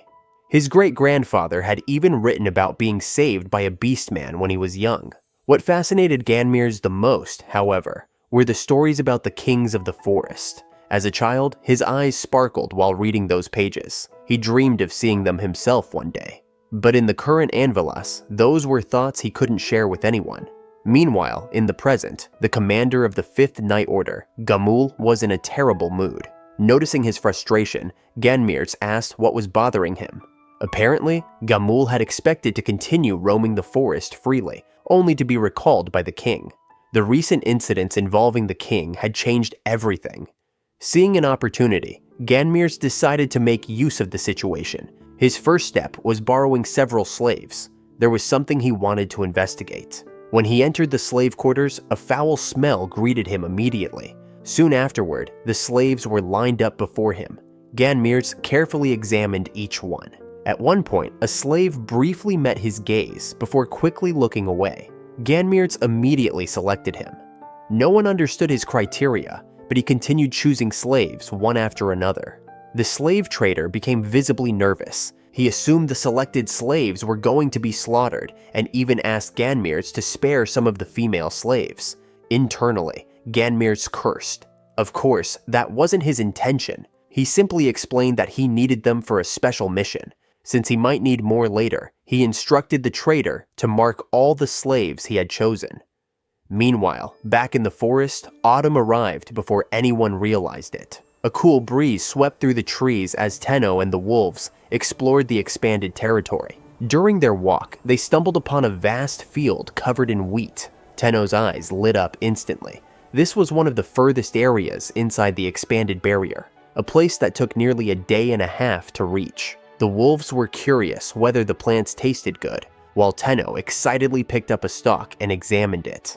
It really looked like wheat. Maybe the seeds had been carried there by the wind from somewhere far away. Who knew? Either way, Tenno wasn't about to waste the opportunity. Using magic, he began harvesting the entire field. The wolves helped gather the crops, while the ants and spiders stored everything inside magic bags. The discovery filled Tenno with excitement. Now he could finally dream about making pancakes, crepes, and even bread. Before long, the harvest was complete, and everyone prepared to head home. At that moment, one of the wolves, Hio, approached Tenno and lowered his body. The meaning was obvious. Hio wanted him to ride on his back. After all, it would make the trip much faster. Tenno had always dreamed of riding a giant wolf, though he felt a little embarrassed about it. After asking if it was really okay, he finally climbed aboard. What he didn't know was that riding a giant wolf wasn't nearly as comfortable as it sounded. The moment Hio started running, he began making enormous leaps at terrifying speeds. By the time they reached home, Koa happily welcomed them back after nearly 2 days apart. Meanwhile, Tenno was still trying not to throw up. The trip that normally took over a day had only taken 3 hours. Back in Envilas, the king issued a new order. The 5th Night Order would invade the forest and capture whoever dared oppose him. Gamul was told to take whatever resources he needed, including mages and slaves. Seeing the Knight Commander so eager for the mission, the king felt even more confident about sending him immediately. As he sat laughing on his throne, a knight arrived carrying a report from the slave manager. According to the report, several slaves had begun showing unusual behavioral changes. However, their slave crests appeared completely normal. The king didn't hesitate. Anyone showing signs of change was to be executed immediately. More slaves could always be acquired later. Putting the matter aside, the king's attention returned to the forest. More than anything, he was eager to see who the 5th Night Order would bring back. The next day, Tenno was carrying a basket of compost through the forest when he found himself thinking about yesterday's trip. The ride had been terrifying, but flying through the air on a giant wolf had also been incredible. Next time, he definitely wanted to try it again, just a little slower. As he walked, he noticed something interesting. The pile of fallen leaves he had thrown away the day before had already started breaking down. At first, he thought he was imagining things, but decomposition in this world was clearly much faster than in Japan. From what he remembered, compost usually took about a month to become usable. Here, it looked like it might only take 2 weeks. He also noticed another difference. One compost pile had been made using magic, while the other had been left to decompose naturally. The naturally composted pile had a better color and smell. When he tested them on crops, the results were obvious. The vegetables grown with natural compost were healthier, thicker, and produced better yields. That realization excited him. As long as compost worked properly, food would never be a problem. Tenno had always assumed magic could do everything. The compost and crops relied on microbes. Maybe magic affected living organisms in ways he didn't fully understand. If that was true, natural fermentation would probably be better for things like fish sauce and wine as well. The thought immediately reminded him of the wine he had started fermenting. Just imagining drinking wine with a good piece of meat made him grin. A little later, Tenno began another experiment. This time, he compared meat cooked over charcoal to meat cooked with magic. He also tested vegetables grown naturally against vegetables grown with magic. After trying several combinations, he reached a conclusion. From now on, he would use as little magic as possible when growing and cooking vegetables. The magically grown vegetables had a strange texture and an off taste. Fortunately, he wasn't in a hurry. He had plenty of time to grow and cook everything normally. For today, his focus was wheat. Soon, Tenno began threshing the wheat that had been dried by the wind. The work was surprisingly easy and even a little fun. Afterward, he set aside some seeds for the next planting season. Then, he removed the larger unwanted pieces and started rubbing the wheat between two boards to remove the husks. 3 hours later, he was still working. At that point, he figured carving grooves into the boards would probably make the process easier. Thankfully, the dolls joined in and helped finish removing the husks. The next step was separating the chaff. To do that, Tenno dropped the wheat from a height and let the wind carry the lighter material away. Unfortunately, some of the chaff refused to separate. So, he decided to create a stronger breeze with magic. That turned out to be a mistake. The wind became far too powerful and sent wheat flying everywhere. After plenty of chaos and cleanup, however, the wheat was finally separated from the chaff and husks. Now, all that remained was drying it completely before grinding it into flour. Tenno spread the wheat across the living room floor and instructed the dolls to guard it. He especially didn't want any squirrels sneaking in and stealing it. Unfortunately, Kuro was already eyeing the wheat with great interest. The dire wolf approached and wondered if he was finally allowed to eat it. Koa immediately told him not to cause trouble for their master. Still, Kuro couldn't help being curious. Tenno had spent so much time on these strange grains that they had to be something special. Truthfully, Koa didn't know what they were either. He only knew that humans called them grain. Whatever Tenno was making, one thing was certain: their master would share it with everyone, and Koa couldn't wait to see what kind of food Tenno would create next. Just as Tenno was relaxing while watching the wheat dry, his mind was already racing ahead. Once the flour was ready, the first thing he wanted to make was bread. Of course, bread meant yeast. That reminded him of his bread-obsessed sister back on Earth, who used to tell him all kinds of things about baking. For now, though, he decided to worry about yeast later. Then, a horrible realization hit him. He didn't have any baking tools. His kitchen basically consisted of a stove and not much else. So naturally, Tenno got excited. If he didn't have an oven, he'd just build one. Using the pile of stone left over from digging the wine cellar, he started constructing a pizza oven on the wooden deck. First came a layer of golden metal to protect the wood from the heat. Then, he built a sturdy foundation and shaped the top into a dome, just like the ovens he'd seen on TV. Before long, the pizza oven was finished, and naturally, he tested it immediately. He tossed some charcoal inside, roasted a few cuts of meat, and waited. The results were incredible. The meat came out beautifully browned, juicy, and fragrant. Tenno and the beasts gathered around to enjoy the meal, and everyone immediately noticed the difference. The meat was far tastier than before, despite using the same ingredients. The wolves were amazed. Karen, on the other hand, wasn't completely sold on it. The crispy outer layer felt a little too chewy and slightly bitter for her liking. Still, even she couldn't deny how impressive the result was. By the end of the meal, Tenno was exhausted and ready to head straight to bed. Unfortunately, peace didn't last long. Shuri suddenly discovered that his children had dragged home another giant snake. And not just any snake, it was an evil serpent. According to the beasts, the creature's meat had an amazing crunchy texture. The moment they heard that, everyone immediately started pressuring Tenno to cook it. A few days later, far away in the kingdom of Envelas, preparations for a major expedition were underway.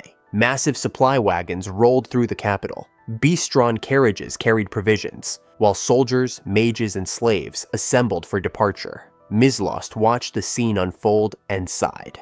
The Fifth Night Order was finally heading into the forest. With that many mages and resources, he wondered if the forest would fall. But Ganmirz immediately shook his head. No. His answer carried surprising confidence. As he gazed outside, Ganmirz quietly counted the days in his head. 10 days. That was the time he had prepared since the incident. And more than anything, he hoped he could save as many slaves as possible before everything began. The Fifth Night Order finally set out for the forest. With Gamul leading the expedition, the entire force moved with full preparations. Supplies filled massive wagons, and the roads were packed with soldiers, mages, and slaves. Gamul constantly pushed his men to move faster. If they slowed down, the journey to the forest could take over half a month with all the heavy cargo. His subordinates, however, stayed optimistic. Most of those supplies would be consumed on the way there, which meant the return trip would be much easier. Gamul liked that attitude. With a confident grin, he declared that the entire mission would be finished before winter arrived. Meanwhile, deep inside the forest, Tenno stared nervously at a small pouch of flour. The flour looked slightly brown, which made him wonder if he had done something wrong. Still, after all the effort of turning wheat into flour, he was finally ready for the next challenge, making bread. The first step was creating a starter. He grabbed a clean jar and mixed a spoonful of flour with water. After covering it with a cloth, he left it at room temperature. The weather had been warm lately, so it should work. The next day, he added more flour and water. A day later, tiny bubbles appeared. The starter was alive. So far, everything was going surprisingly well. Fermentation seemed to happen much faster in this world, so Tenno decided not to rush things. Then another problem crossed his mind. He didn't own anything to measure ingredients with. So he immediately built a simple scale. Using 2 identical stones as weights, he created a crude measuring system that could handle halves and quarters. The following day, the starter looked perfect. It was finally time to bake. Tenno gathered everything onto the table. 1 part water and starter, 2 parts flour, a little sugar, a pinch of salt. At least, that was the recipe he remembered. First, he mixed sugar into warm water before adding the starter. Once the preferment started bubbling, he added the flour and salt while mixing everything together. Then came the hard part, kneading. Tenno put his entire body into it, kneading the dough over and over until it became smooth and elastic. By the time he finished, he was covered in sweat. The dolls had gathered around at some point, clearly curious about the strange lump of dough. Tenno immediately shooed them away. For now, the dough needed to rest. He covered it with a damp cloth and waited. Once it doubled in size, he kneaded it again, shaped it, and let it rise a second time. Watching the dough grow made him think he might need a proper proofing shelf someday. Finally, it was time. The dough went into his handmade oven. Before long, a wonderful aroma spread across the entire area. The beasts immediately gathered. Nobody knew what could possibly come from those tiny grains, but whatever it was, it smelled amazing. Then the bread was done. Fresh from the oven and still steaming, Tenno tore it apart. Just seeing the soft inside almost made him emotional. The crust was crisp. The inside was fluffy and chewy. It was real bread, and it was good. Karen took 1 bite and immediately started crying. She had never tasted anything like it before. The wolves, however, weren't surprised. Karen had always loved grains. That said, they were enjoying it just as much. Watching everyone's reactions made Tenno smile. The only thing missing was cheese. If he had cheese, he could make pizza, or crepes, or all kinds of things. The thought alone made him crave eggs and milk. As he was daydreaming about future recipes, he noticed the dolls surrounding the bread. They tapped it, examined it, and seemed to hold some kind of silent meeting. Then, without explanation, they handed the bread back and walked away. That night, while everyone slept, the dolls exchanged signals with one another. They quietly gathered in the kitchen and immediately got to work. The next morning, a chilly autumn breeze greeted Tenno as he entered the kitchen. Then he froze. A loaf of bread was sitting on the table. It was still warm. The dolls had made it themselves. Tenno quickly took a bite, and then another. The bread was somehow fluffier, softer, and even tastier than his own. Winter arrived almost overnight. One day, it was autumn. The next day, Tenno was freezing. The sudden cold also affected the beasts. Chief had somehow shrunk in size and moved into the basement to sleep. Seeing that, Tenno wondered if Shuri and the ants would eventually disappear underground to hibernate too. Since going outside wasn't exactly appealing anymore, he decided to focus on indoor projects. When he headed upstairs, he found the dolls busily processing wheat. That reminded him of something. He could finally start milling flour properly. Unfortunately, the flour had already been ground with magic. His starter supply was fine. The fish sauce jars were full. There wasn't much left that actually needed doing. So, he decided to build a stone mill anyway. The moment he started using it, one of the dolls walked over and casually took over the job. Just like that, Tenno became unemployed. With nothing else to do, he moved on to something he'd wanted for a long time, a full kitchen renovation. He expanded the kitchen beyond the mountain itself and nearly tripled its size. Now it had 8 ovens, an entire wall dedicated to barbecue stoves and pizza ovens, a massive sink capable of washing vegetables in bulk. The cooking process became dramatically easier thanks to the dolls helping out. Looking at the scale of the kitchen now, Tenno realized there was no way he could have managed all of this food alone. Later, he noticed Chief and Shuri sitting in the dining area. Weren't they supposed to be hibernating? Both looked exhausted and half asleep. Sure enough, after eating, they immediately returned to their nests and went right back to sleep. Then, one of the dolls suddenly grabbed Tenno's sleeve. The little guy dragged him all the way to the wine cellar. Inside, rows of barrels lined the walls, far more than Tenno remembered making. Then, the doll handed him a glass. Tenno blinked. Wait, was the wine already finished? He raised the glass and took a sniff. The aroma alone was promising. Then, he took a sip. It was slightly dry, slightly sweet, and incredibly good. Tenno's eyes widened. He had done it. He had made wine. Sure, drinking alone felt a little lonely, but tonight he was getting drunk. A while later, chaos erupted. The wolves had somehow started fighting over who was the strongest. To make matters worse, they were even using magic. Only a little magic, technically. From the corner of the room, Tenno sat curled up, wondering how everything had gone so wrong. Then, Chai arrived. For a brief moment, Tenno thought the direwolf would stop the fight. Instead, Chai jumped in.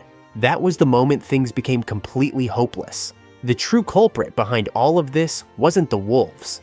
It was the dolls. Those little troublemakers had been handing out wine to everyone without a shred of guilt. Soon, the madness spread. Chief and Shuri started fighting too. Neither was using magic, but that somehow made it even weirder. Weren't they supposed to be hibernating? At one point, someone fell into the river. Tenno wasn't even sure who anymore. His peaceful drinking session had been completely destroyed. Karen was no better. The phoenix had shoved her entire head into one of the wine barrels. That finally pushed Tenno over the edge. In the end, the only sober companions he had left were Fluffy and Flying Lizard. The three of them quietly spent the rest of the night together. The next morning, Koa approached Tenno with a bright smile. The Fenrir proudly pushed the barrel forward as if asking for more. Apparently, he thought the wine was amazing and made him feel fantastic. Tenno nearly choked. There was absolutely no chance he was giving them more. After that, he spent a ridiculous amount of effort convincing everyone that wine was only allowed once a week. The days passed quickly after that. Then, one morning, while walking outside, Tenno noticed snowflakes drifting down from the sky, the first snowfall of the year, and it hadn't even been half a month since autumn started. Meanwhile, beyond the forest, the 5th Night Order finally arrived at the forest's edge, ready to begin the expedition. Then, Gamul stopped. His expression froze, because the entrance to the forest wasn't there anymore. A massive wall of snow had buried the entire path. The 5th Night Order eventually arrived at Totoris, the city closest to the forest. Gamul was already irritated. The mages had spent the entire trip warning him not to enter the forest during a blizzard, claiming it would only waste manpower and supplies. At first, he thought they were just making excuses, but even his own officers agreed this snowfall was unlike anything they'd ever seen. In the end, Gamul reluctantly gave in. Since Marquis Kyofre couldn't refuse an order from the king, the army would spend the winter in Totoris and recover their strength before moving again. Before dismissing everyone, Gamul also ordered his men to make sure the slaves received enough food to survive the winter. The order sounded generous, but the reality was grim. The slaves were crammed into pens with barely any protection from the cold, many of them shivering without proper winter clothing.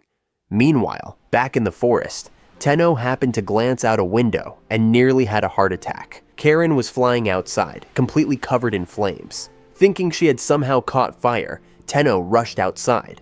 Then, he immediately forgot about Karen. Everything was white. The snow had buried the entire forest. Even in Japan, Tenno had never seen snow pile up this much. As he stood there admiring the scenery, Karen landed beside him.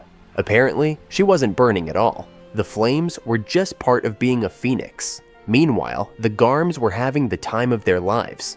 The younger wolves sprinted across the snow, racing each other and treating the blizzard like a giant playground. They looked tireless. Watching from nearby, Koa and Chai felt relieved. The Garms had adapted surprisingly well, something they credited to their master's mysterious power. The world itself also felt different now. In the past, Fenrirs would constantly clash with creatures like Shwaranai and Fulme. But strangely, Koa had no desire to fight anymore. Even Chai, a dire wolf, could casually talk with a Fenrir now. As Chai was thinking about that, he noticed Tenno petting Koa. The sight looked incredibly comfortable. Before he knew it, Chai had walked over too. He nudged Tenno repeatedly with his nose, clearly wanting the same treatment. Unfortunately, Tenno didn't get the message. Koa immediately told Chai to stop bothering their master, leading to a completely one-sided misunderstanding. Meanwhile, Tenno just thought Chai was being unusually cute. Eventually, Koa announced she was heading out on patrol. Before leaving, she casually told Chai not to be jealous. Chai looked completely confused. From his perspective, the hierarchy hadn't changed at all. Even if he was nearly as strong as a Fenrir, Koa was still Koa. The funny part? Koa misunderstood everything too. She was convinced Chai had feelings for her. And yes, this was the moment it became painfully obvious that Koa was actually female. In her mind, Chai was simply too shy to admit his feelings. Honestly, she found that kind of adorable. So before leaving, Koa told him he could groom her when they got back. Immediately, Chai's eyes lit up. The two wolves then headed off to patrol together. As for Tenno, he watched them leave and was pretty sure those two had just landed themselves in the friend zone. Unfortunately, the peaceful day didn't stay peaceful for long because it happened to be wine day. What started as a one-time disaster had somehow become a weekly tradition.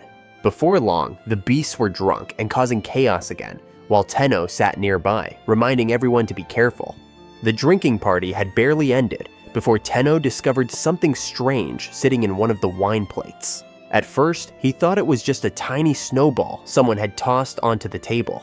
But the moment he picked it up, the little thing suddenly floated into the air. It had eyes, a mouth, and apparently a life of its own. Without much thought, Tenno immediately called it Marshmallow. Curious, he wondered where the creature had come from. Maybe it was related to Fluffy somehow.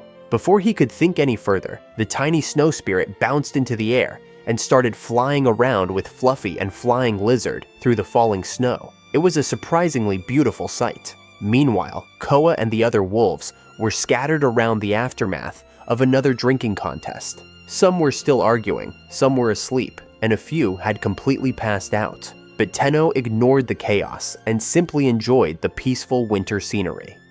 The next morning, one of the dolls woke him up. His head still throbbed from last night's wine, and for a moment he wondered if the snow spirit had been part of a drunken dream. Unfortunately, or fortunately, it was very real. The tiny creature was floating right in front of him alongside Fluffy. Since it seemed to be staying, Tenno figured it needed a proper name. He tried a few options like Floofy and Whitey, but the little spirit showed absolutely no reaction. Then, Tenno remembered what he'd called it last night, Marshmallow. The moment it heard the name, the tiny spirit started bouncing through the air excitedly. And just like that, another member joined the growing family. As if that wasn't enough, another strange creature appeared from a pile of snow nearby. This one looked similar to the slime-like beings Tenno had seen in the river before, but something felt different. The river creatures carried magical energy similar to Fluffy's. This new one felt much closer to Marshmallow's power. That made Tenno wonder if the changing weather wasn't just increasing the population around him. Maybe entirely new species were appearing with each season. Meanwhile, Karen finally woke up after another satisfying night of wine. Feeling refreshed, the Phoenix immediately prepared to resume her search for dragons. But before she could leave, she froze. Right there in the front yard was an ice dragon casually playing near her master. Even Koa was shocked. The appearance of ice spirits could only mean one thing. The ice dragon had regained its strength. Karen could hardly believe it. As far as she knew, only 2 dragons remained unfound. Once all of them returned, the forest might finally be restored. During the discussion, Koa pointed out something interesting. Wasn't it strange that dragons kept appearing around their master? Maybe Karen's searching wasn't actually necessary. Karen immediately rejected that idea. Finding dragons wasn't her only mission. There was something else essential to restoring the forest. Something known as the heart of the forest. According to Karen, it was a special tree whose existence was directly tied to the survival of the entire forest. While Koa, Karen, and the others continued discussing important matters, Tenno simply watched from the side. Honestly, he was more impressed by how quickly everyone had become friends. The peaceful winter atmosphere continued, with snow occasionally falling from the tree branches. That peace lasted right up until Chief suddenly grabbed Tenno and carried him away. Honestly, it looked more like a kidnapping than anything else. Chief raced through the forest at full speed before stopping near Shuri, who was busy digging underground. Curious, Tenno followed them into the tunnel, wondering if Shuri had built yet another nest. Once inside, the reason became obvious. The ants needed his help. They were trying to build walls using large wooden blocks, so Tenno quickly assembled everything for them. After that, the ants returned carrying basket after basket filled with snow. Tenno had no idea what they were planning, but he helped anyway. Using teleportation magic, he moved the snow inside far faster than the ants could manage themselves. Then, he created a cooling system to keep it from melting. The moment the snowy room was finished, Marshmallow and the ice spirits immediately moved in. Only then did Tenno finally understand. The beast had built an underground home for Marshmallow and the snow creatures once winter eventually ended. After finishing the project, Tenno returned to the surface and found Shuri pushing against a tree. Apparently, Shuri was worried about the roots. Seeing that, Tenno suggested they clean up the riverside together once spring arrived. At long last, the endless winter finally seemed to be coming to an end. The dolls had already started clearing snow, while the wolves resumed their hunting routines. As always, they returned carrying plenty of prey. Still, Tenno noticed something strange. A few of the wolves hadn't gone hunting at all lately. Meanwhile, back in the Anvilas kingdom, one of Ganmir's subordinates entered his office carrying an interesting rumor. According to the stories spreading around the kingdom, anyone who abused slaves would eventually be cursed and earn the wrath of the forest. The subordinate laughed it off as complete nonsense. Ganmir simply listened quietly. The man continued joking, asking whether anyone could seriously believe beastfolk slaves had the power to do something like that. Ganmir responded with a question of his own. Would he dare say that in front of the king? The subordinate immediately went pale. Ganmir stared at him and calmly pointed out how disrespectful those words would sound. The poor soldier instantly started panicking and trying to explain himself. Only then did Ganmir reveal he was joking. Unfortunately, the joke had already terrified the man. After his subordinate left, Ganmir sighed. The man was completely loyal to the king. That meant he absolutely couldn't learn what Ganmir was really thinking.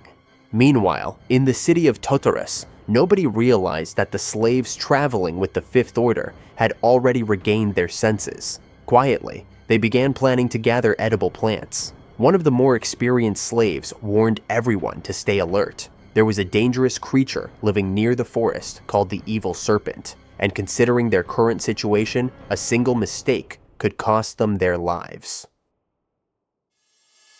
Spring arrived, and the entire forest immediately sprang back to life. Tenno were cutting down trees and turning them into planks. The ants cleared away the stumps. The dolls busied themselves building fences around the house by driving wooden stakes into the ground. Even the farmland was already being prepared again. After being stuck all winter indoors, everyone seemed eager to work. In fact, things were running so smoothly that Tenno barely had anything to do himself. Still, something had been on his mind lately. Only about half of the wolves were going out hunting. Whenever he checked on Koa, she seemed perfectly fine, but he couldn't help wondering if something was going on. Then he finally noticed it. Soa and several other wolves had noticeably swollen bellies. For a moment, Tenno just stared. Were they pregnant? Well, it was spring, so it made sense. Still, the realization caught him completely off guard. His surprise quickly turned into concern. If wolf pups were on the way, they would need a lot more food. When Tenno checked their food reserves, he discovered that they were already running low. That immediately convinced him to expand the farmland. The dolls practically lit up with excitement when they heard the plan. Meanwhile, inside the wolf den, the pups had already been born. The squirrels had welcomed new babies as well. But the biggest surprise of all was Koa's family. Within just a few days, several births had taken place. Seeing Koa and Chai become parents filled Tenno with pride. The fact that the two had somehow crossed species boundaries made the news even more unbelievable. The growing family gave him even more motivation to keep improving their home. While the agricultural team focused on expanding the fields, Tenno decided to increase storage capacity instead. He headed underground and started expanding the storage room with help from the dolls. Progress moved quickly, aside from a bit of chaos here and there. Then, something unexpected appeared. A giant stick-like creature suddenly emerged nearby. At first glance, it looked like one of those walking stick insects Tenno remembered from Earth, except this one was nearly 10 times larger. Before he could figure out what it was, Karen suddenly rushed over. She looked unbelievably proud. At last, she had found them. Finally, she could prove she was useful. So, what exactly was the strange creature? According to Chief, it was a treant, a tree spirit. The tree spirits had finally returned. Karen looked even more excited after hearing that. If the treants were back, then that must have revived as well. Unfortunately, that explanation only left Tenno even more confused. Before he could ask any questions, the treant grabbed his sleeve and pointed deeper into the forest, using a series of gestures. It clearly wanted him to follow. Not long after, Koa arrived as well. She had sensed a strange surge of magical energy and wondered if her master had been invited somewhere. Meanwhile, Tenno's attention remained fixed on the forest ahead. Something was waiting for him there, and whatever it was, the magical presence coming from it felt unlike anything he had sensed before. Following the treants deeper into the forest, Tenno and the others soon arrived at a place surrounded by countless floating lights. The mysterious feeling only grew stronger until a blinding flash suddenly filled his vision. When Tenno opened his eyes, he found himself standing before an enormous tree. Its trunk was so massive that dozens of people could probably stand side by side around it. Its branches stretched endlessly overhead, covered by a sea of lush leaves that seemed to paint the sky green. Tenno tilted his head back and stared. It was beautiful. Even the beasts were speechless. This was the first time any of them had ever seen it with their own eyes. Koa immediately believed it was the legendary World Tree, the being connected to the heart of the forest. Karen remembered hearing that countless barriers protected it, and only chosen individuals could approach it, while Chief recalled sensing its presence throughout the entire forest long ago. But while everyone admired the tree, Tenno noticed something else. It looked weak. According to the beasts, the World Tree had spent ages protecting the forest from human attacks and was slowly running out of strength. They hoped their master's magic could restore it. Tenno didn't understand any of that, but since the treants seemed to be waiting for him to do something, he decided to pour his magic into the tree. At first, it worked. The withered leaves slowly regained their color and vitality. Then, suddenly, the leaves started falling. Countless leaves were raining from the sky. Everyone panicked.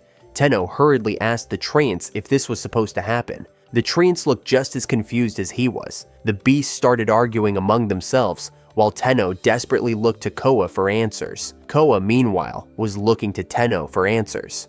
Nobody knew what was happening. The pile of fallen leaves kept growing larger and larger. and right at the peak of the confusion, another blinding light erupted. When Tenno opened his eyes again, the giant tree looked completely unchanged at first. Then he felt something tugging on his pants. Looking down, he found a tiny walking tree standing beside him. A short while later, the group finally left the area.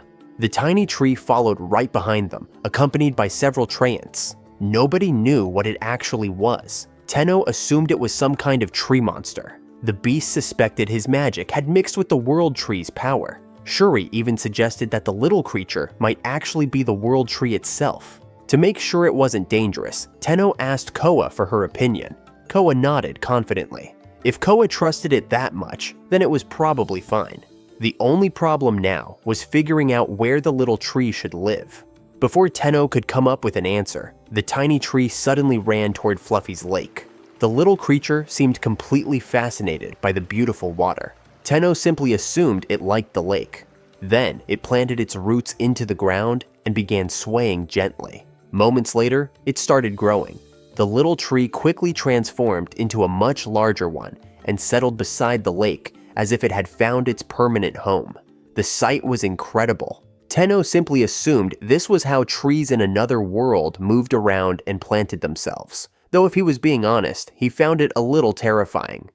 Meanwhile, on the other side of the forest, the Fifth Night Order continued pushing deeper into the wilderness. To lure out the beasts, they had begun sacrificing slaves as bait. At first, Gamel enjoyed the hunt, but before long, it became boring. Even after using nearly half of the slaves they brought with them, the results were far from impressive. Still, that wasn't a problem. Another 100 slaves requested from the capital would be arriving soon. For now, the mages focused on preparing a massive magic circle designed to break the forest's layered barriers. Seeing everything progress smoothly, Gamel became even more confident. Convinced that victory was within reach, he gathered his soldiers and raised their morale, declaring that they would soon show the forest the power of the strongest emperor. Gamel's speech had everyone fired up. His soldiers were already imagining themselves crushing the forest and defeating the kings of the forest. Seeing their confidence only made Gamul prouder. Unlike the other Night Orders, his men weren't cowards. Sure, this forest felt different, but to Gamul, that didn't matter. He still couldn't understand why the Fourth Night Order had been so terrified. If nobody stopped him, he was convinced he could conquer this place. His right-hand man warned him not to get overconfident, reminding him that the mages had questioned their strange battle plan, but Gamul just laughed it off. Every attack so far had targeted the ancient magic stones. Even the king's cursed sword had only been sealed because it was connected to those stones. So, his solution was simple. If the forest reacted to magic stones, they just wouldn't use them. Instead, the mages would power up massive offensive spells with human sacrifices. They planned to create 2 giant magic circles and burn the forest from the outside until nothing remained. Gamel believed the barrier trapped the beasts inside anyway, so once the outer edge was gone, the rest would fall. Even better, the extra slaves he requested had finally arrived. This time, he'd learned from his mistakes. Every slave was under 5 years old and had never received combat training. Even if they escaped, they'd never survive the forest. To Gamel, they were nothing but disposable tools, and this was their chance to serve the king. Meanwhile, deep inside the forest, the wolf pups had already grown noticeably bigger. They were happily chasing each other around, even casting tiny bits of magic as they played. Watching them made Tenno a little nervous. They were only about a week old, yet they were already doing dangerous things. As usual, Tenno had plenty of free time. He spent his days checking on everyone around the forest. At least that's what he told himself. It wasn't like he was just goofing off all day. After finishing a few chores, the treants showed up again and started tugging on his sleeves, leading him toward the world tree. Tenno still had no idea what they wanted, but if he skipped even one day, they'd come looking for him with the saddest expressions imaginable. Honestly, visiting the tree every day wasn't so bad. Watching it grow little by little was surprisingly relaxing. It should have been another peaceful day, but on the other side of the forest, the Envelas mages had already finished preparing their massive magic circles. The slaves were lined up as sacrifices, and everything was ready. As the chanting began, the magic circles slowly lit up. At that exact moment, Tenno felt something. It was faint, but unmistakable. A really bad feeling washed over him. Then, without warning, the Trents came sprinting toward him in a panic. Tenno blinked in confusion. Did something happen? To the world tree? A few moments later, Tenno carefully examined the tree. He could immediately tell its magic was in complete chaos. He tried using heal, and it helped, but only for a moment. Whatever was wrong hadn't been solved. Koa rushed over, looking unusually tense, wondering if something had attacked the tree. Tenno could feel how worried she was, but this was his first time dealing with something like this. He honestly had no idea what the real problem was. If this tree died again, this forest might be finished. So what was causing it? Was the soil bad? Did it choose the wrong place to grow? That didn't seem right, since the tree had picked this spot itself. Then another possibility crossed his mind.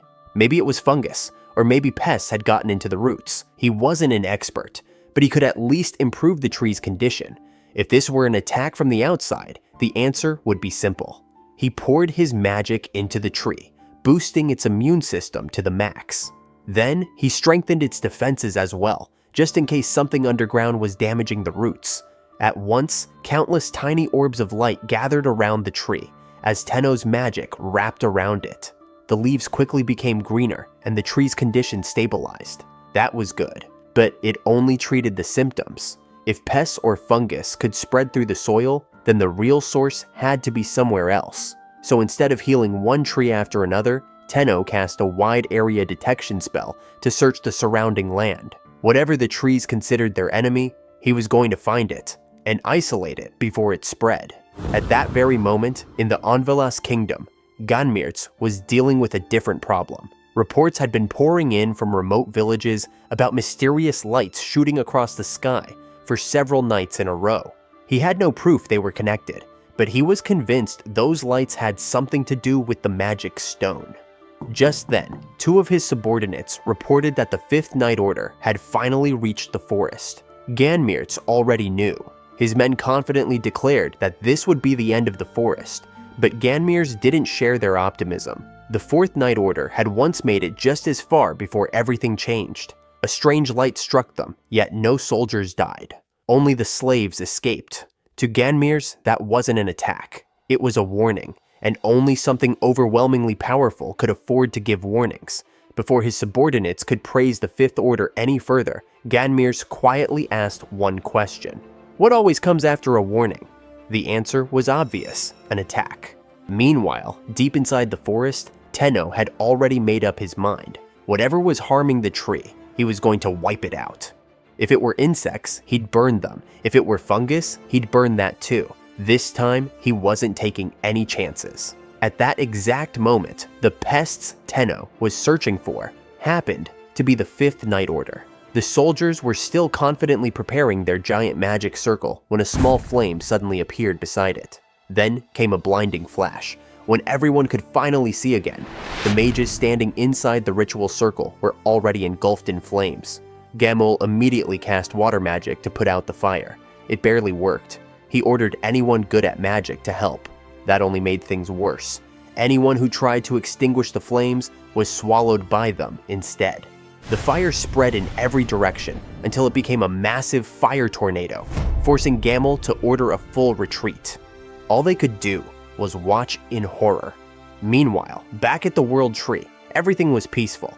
Tenno could already feel the tree recovering, but he wasn't finished yet. What if the infection had already spread inside the tree itself? If that were the case, he'd remove it from within. Using another spell, Tenno searched inside the tree and instantly destroyed everything he identified as harmful. At that exact moment, Gamul froze. Something had happened.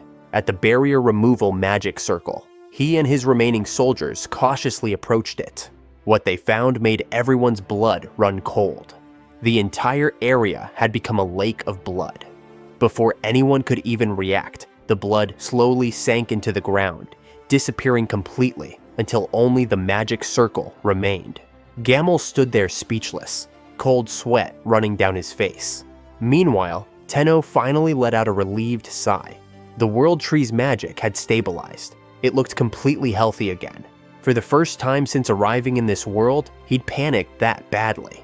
Then, all the fear boiling inside him turned into anger.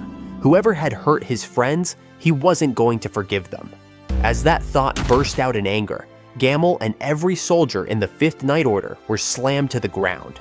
An overwhelming force crushed them from above. They couldn't even lift their heads. As Gamel struggled just to breathe, he could do nothing, except watch the slaves run away. Meanwhile, back in the Anvilas kingdom, the court mage received word that the 5th Night Order had successfully entered the forest with a large group of mages. All he could do was hope they would return alive. Lately, he'd been searching through every ancient record he could find, looking for another way to restore the magic stone. There wasn't one. The magic stone had been created through blood from the very beginning.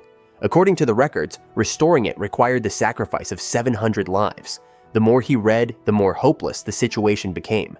At the same time, Ganmirs spoke quietly to his 2 subordinates. The moment the invasion began, the forest had surely recognized the kingdom as its enemy, and deep down, he knew it was already too late. Suddenly, an overwhelming pressure slammed into them. The same crushing gravity that had pinned Gamel down in the forest spread across the entire kingdom. Everyone collapsed. It felt as if the world itself was trying to crush them. Ganmirs struggled just to stay conscious, but after everything he'd done, he refused to die here. The court mage was in the same situation.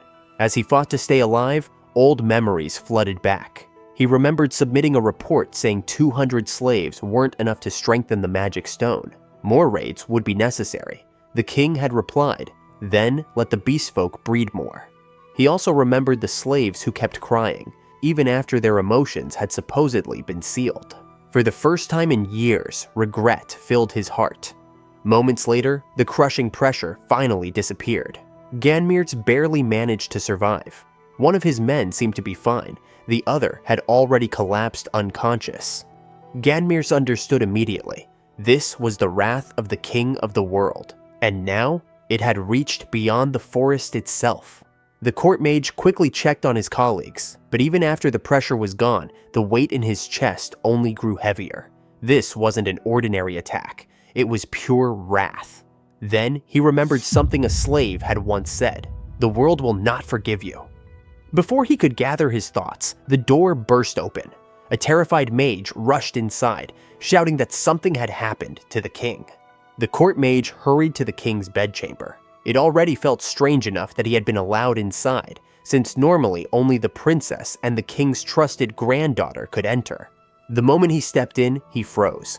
The king was screaming in agony. His left arm was gone.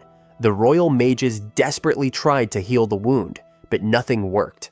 Somehow, the king's body, which should have been the strongest in the kingdom, had fundamentally changed. All they could do was stop the bleeding. Then, one of the mages muttered under his breath, "If the magic stone had been whole, none of this would have happened." But the court mage already knew the truth. No matter how hard they searched, they still had no way to restore it. The forest couldn't have felt more different from the nightmare unfolding in Anvilas. Crystal clear rivers sparkled beneath the sunlight. The trees swayed peacefully, and every corner of the forest seemed more alive than ever. The wolf pups were growing at an unbelievable pace. In barely a month and a half, they were already as large as ordinary dogs, leaving Tenno long past the point of being surprised by anything in this world. As usual, he stopped by to visit the tree spirits, and Echo. That was the name he had given the little tree that had grown beside Fluffy's lake. Somehow, it had always felt different from the others. Now, after only 6 weeks, Echo had already grown into a healthy young tree. Tenno couldn't help wondering what had caused such incredible growth. Looking around, he noticed even more changes. New streams had formed throughout the forest, spirits appeared almost everywhere, and beasts played together without a care. Little by little, the entire forest had transformed. He still wasn't sure whether to call it mana, but one thing was certain. He could now sense every individual source of magical energy throughout the forest far more clearly than before. Ever since Echo had recovered, something inside the forest had slowly awakened. Watching everyone work, play, and enjoy peaceful lives in their own way made Tenno smile. Whatever had changed, it was definitely a good thing. Koa felt it too. The restless currents of magic that had once drifted even inside the barrier had completely disappeared. Instead, it felt as though the entire forest was wrapped in their master's gentle, magical presence. Just then, one of the wolf pups nervously asked for permission to go hunting on their own. Koa froze. Her children? Hunting already? Chai calmly pointed out that the purification inside the barrier was finally complete, so it should be safe enough. The pups didn't fully understand what that meant. They only knew the forest had felt comfy lately. According to the flying lizard, ever since the world tree absorbed Tenno's overwhelming magic, its influence had spread throughout the entire forest. The rivers, the trees, even the air now carried traces of their master's mana. As creatures most closely connected to the world tree, the dragons had noticed the change immediately. Still, Koa wasn't convinced. Her pups were far too inexperienced to hunt alone. The moment she mentioned training, every pup visibly shivered. Their mother's training was nothing short of hell. One of them awkwardly explained that they simply wanted to gain real hunting experience. Chai immediately backed them up, only to earn himself a sharp scolding from Koa. After a long sigh, she finally gave in. She agreed this would be a good experience, but only under one condition. They were absolutely forbidden from leaving the barrier. The pups quickly nodded. To them, the world beyond the barrier was still far too terrifying to even think about exploring. Not long after, a horned rabbit bolted through the forest at full speed. Right behind it, the wolf pups gave chase, determined to catch their first prey on their own. The rabbit looked defenseless, but just before the end, it fought back with surprising ferocity. Thankfully, the pups managed to corner it together and bring it down. As they carried their catch with a bit of magic, they all reached the same conclusion. They were still nowhere close to their parents' level. One of the pups proudly declared that he'd surpass their father one day, and after that, their mother too. The others eagerly agreed. While walking, the conversation naturally shifted to someone even more mysterious, their master. At first, they thought Tenno was only special because he was human, but after their mother, Chief, and everyone else constantly praised his incredible magic, they couldn't help wondering what kind of person he really was. Whatever the answer, he was still their master. As they excitedly argued about him, one pup suddenly stopped in his tracks as he heard something. The group immediately fell silent. A faint voice drifted in from beyond the barrier. Only then did they realize they had wandered all the way to its edge. They listened again. It definitely sounded like someone calling for help. The pups immediately remembered Koa's warning, never leave the barrier. They hesitated. Whoever was out there sounded close to death.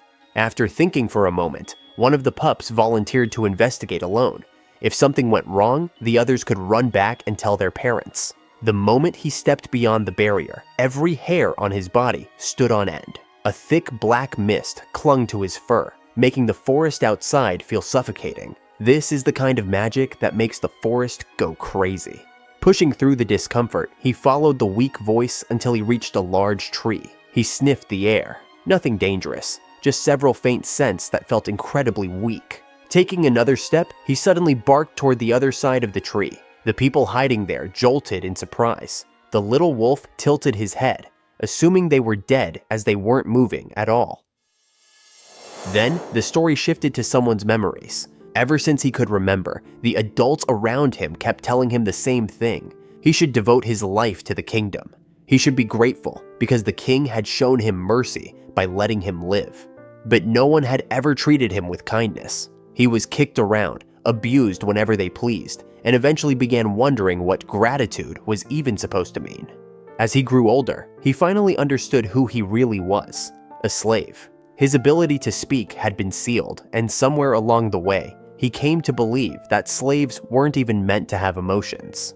Sometimes nobles would visit the slave market just to entertain themselves, testing their swords before tossing the dead slaves back into the cells until cleanup day. Then, one day, everything changed. A strange light flashed across the sky, followed by deafening explosions. From inside their cell, they could only hear terrified screams and wonder what was happening outside.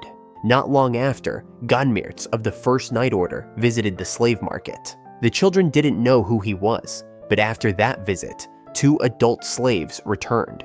Unlike the others, they could still speak. They secretly taught the children everything they knew about the kingdom, the forest, its monsters, and the magical beasts that lived there. Most importantly, they told them to keep learning. It wasn't easy, but he did his best, slowly memorizing every creature in the old book, including dangerous beasts like the evil serpent. One day, footsteps echoed outside the cell. The children quickly hid the book beneath a pile of straw. Moments later, Ganmir's quietly entered through a hidden passage they had never noticed before. His eyes landed on the hidden book almost immediately. Instead of getting angry, he simply smiled.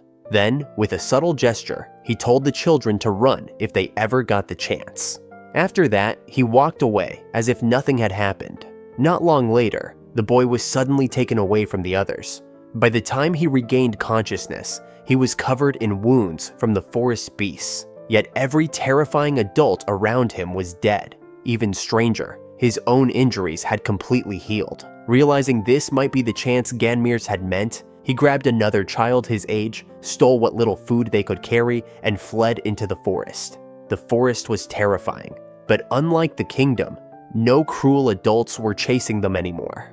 Days passed as they wandered deeper into the woods until their food finally ran out. Exhausted, starving, and barely able to walk, they eventually stumbled across a river. The moment they reached it, both children collapsed into the current and were swept downstream. When they finally woke up, they found themselves lying along the riverbank. They had no idea where they were, but they were alive. Then a young wolf suddenly barked at them. Everything they had learned came rushing back. If you encounter a magical beast, run. And if it can understand you, beg for forgiveness, then leave as quickly as possible. Now those very creatures from the book stood right in front of them. They recognized the giant ants, the enormous spiders, and even the phoenix. Panic completely took over. They had no idea what they were supposed to do. Then, just as fear reached its peak, Tenno arrived. And that was how he first met the two young beast folk. Tenno carefully looked the two children over. They definitely looked human. But what were those ears and tails? Then he remembered something his little sister used to talk about beast people. Relieved, he tried speaking to them. The children immediately answered, only for Tenno to freeze on the spot. He couldn't understand a single word. A second later, he dropped to his knees in disappointment, leaving everyone around him completely confused. Right, he was in another world. Of course, they weren't going to speak Japanese. Pulling himself together, Tenno asked the wolf pup where it had found them. The pup scratched a simple drawing into the dirt. The moment Tenno understood it, his expression changed. They had come from outside the barrier. His first thought wasn't about the children, it was about the curse beyond the barrier. Had the pups been exposed to it? Had these two children been affected too? Pushing his worries aside, Tenno reminded himself that he was the only adult here. The children were covered in injuries and clearly malnourished. Without hesitation, he cast Heal, followed by Purification and a spell to protect them from abnormal conditions. Looking closer, he noticed deep wounds around their necks. He'd examine those properly later. The children were still trembling with fear, so Tenno gently patted their heads, hoping to reassure them. Since it was almost dinner time, food came first. He asked one of the dolls to bring blankets and a bowl of easy-to-digest soup. The moment the doll appeared, however, both children panicked. They immediately ran straight into Tenno's arms. Smiling awkwardly, he picked them both up, trying to show them they were safe now. He carried them back to the house and sat them down on the soft sofa. A few moments later, the doll returned with warm drinks. Tenno took a sip first to show they were safe. The children cautiously copied him. The instant the warm drink touched their lips, their eyes lit up. Then tears quietly rolled down their faces, whether it was relief, happiness, or simply the release of everything they had endured. Even they probably couldn't tell. Just like that, Tenno's family in the forest grew a little bigger. Meanwhile, back in the Envelas kingdom, the commanders gathered to discuss the disastrous expedition and reached one conclusion. The Fifth Order had been completely wiped out. After the strange pressure hit the castle, Ganmir's sent scouts into the forest, and the report confirmed his fears. Altrush, captain of the Second Order, read the findings aloud. 4 slave cages had been found empty. 64 knights, including Captain Gamul, were dead, and every mage had vanished. The slaves were gone too, but small footprints suggested they had escaped. Vilthor couldn't believe it. The Fifth Order had marched in with 121 elite knights, 35 mages, and 200 slaves, yet they were still destroyed. At that point, no one could afford to underestimate the forest anymore. Mislust couldn't help pointing out that he'd been saying the same thing from the start. The forest had always been terrifying. He was never a coward. While everyone argued, Ganmirts was focused on something else. The missing bodies didn't make sense. Monsters eating them sounded possible, but not that many. Even stranger, the report hadn't gone to the king, but to the minister instead, who complained that every message now had to go through the court mage because no one could meet the king directly anymore. Ganmirts was convinced something had happened to the king, but the mages weren't saying a word. They had become the king's final shield. Deep down, he wondered if it was already too late to escape the forest's wrath. He knew the king would never surrender, even if he became the last person left alive. Ganmirts had already accepted whatever punishment awaited him, but he still wanted to save his fellow knights, the younger generation, and the remaining beast folk. After the meeting, only Ganmirts and Mislust remained. Mislust admitted he understood why Vilthor still believed strength could solve everything, because he used to think the same way. He had respected the Fifth Order and believed they could turn the situation around. But now, all he felt was fear. His hands wouldn't stop shaking as he wondered when the forest's wrath would reach them. If he had the chance, he'd surrender everything just to beg the forest for mercy. After noticing Ganmirts silently exchanging looks with his subordinate, Mislust finally asked what their plan was. He even brought up the rumor that anyone who mistreated slaves would be cursed by the forest. Ganmirts calmly admitted that he was the one who started that rumor. If it kept people from hurting slaves, then it had served its purpose. Then he revealed the only way left to stop the forest's wrath. They had to kill the king. Mislust froze. Seeing that Ganmirts' subordinates didn't react at all, he realized this plan had been in motion for a long time. When he asked how long, Ganmirts answered with a single sentence: 10 years. Instead of fear, relief washed over Mislust. Without hesitation, he agreed to join the plan, only wishing Ganmirts had told him sooner. Ganmirts simply smiled. He had trusted Mislust from the beginning. The real problem was that Mislust was a terrible actor.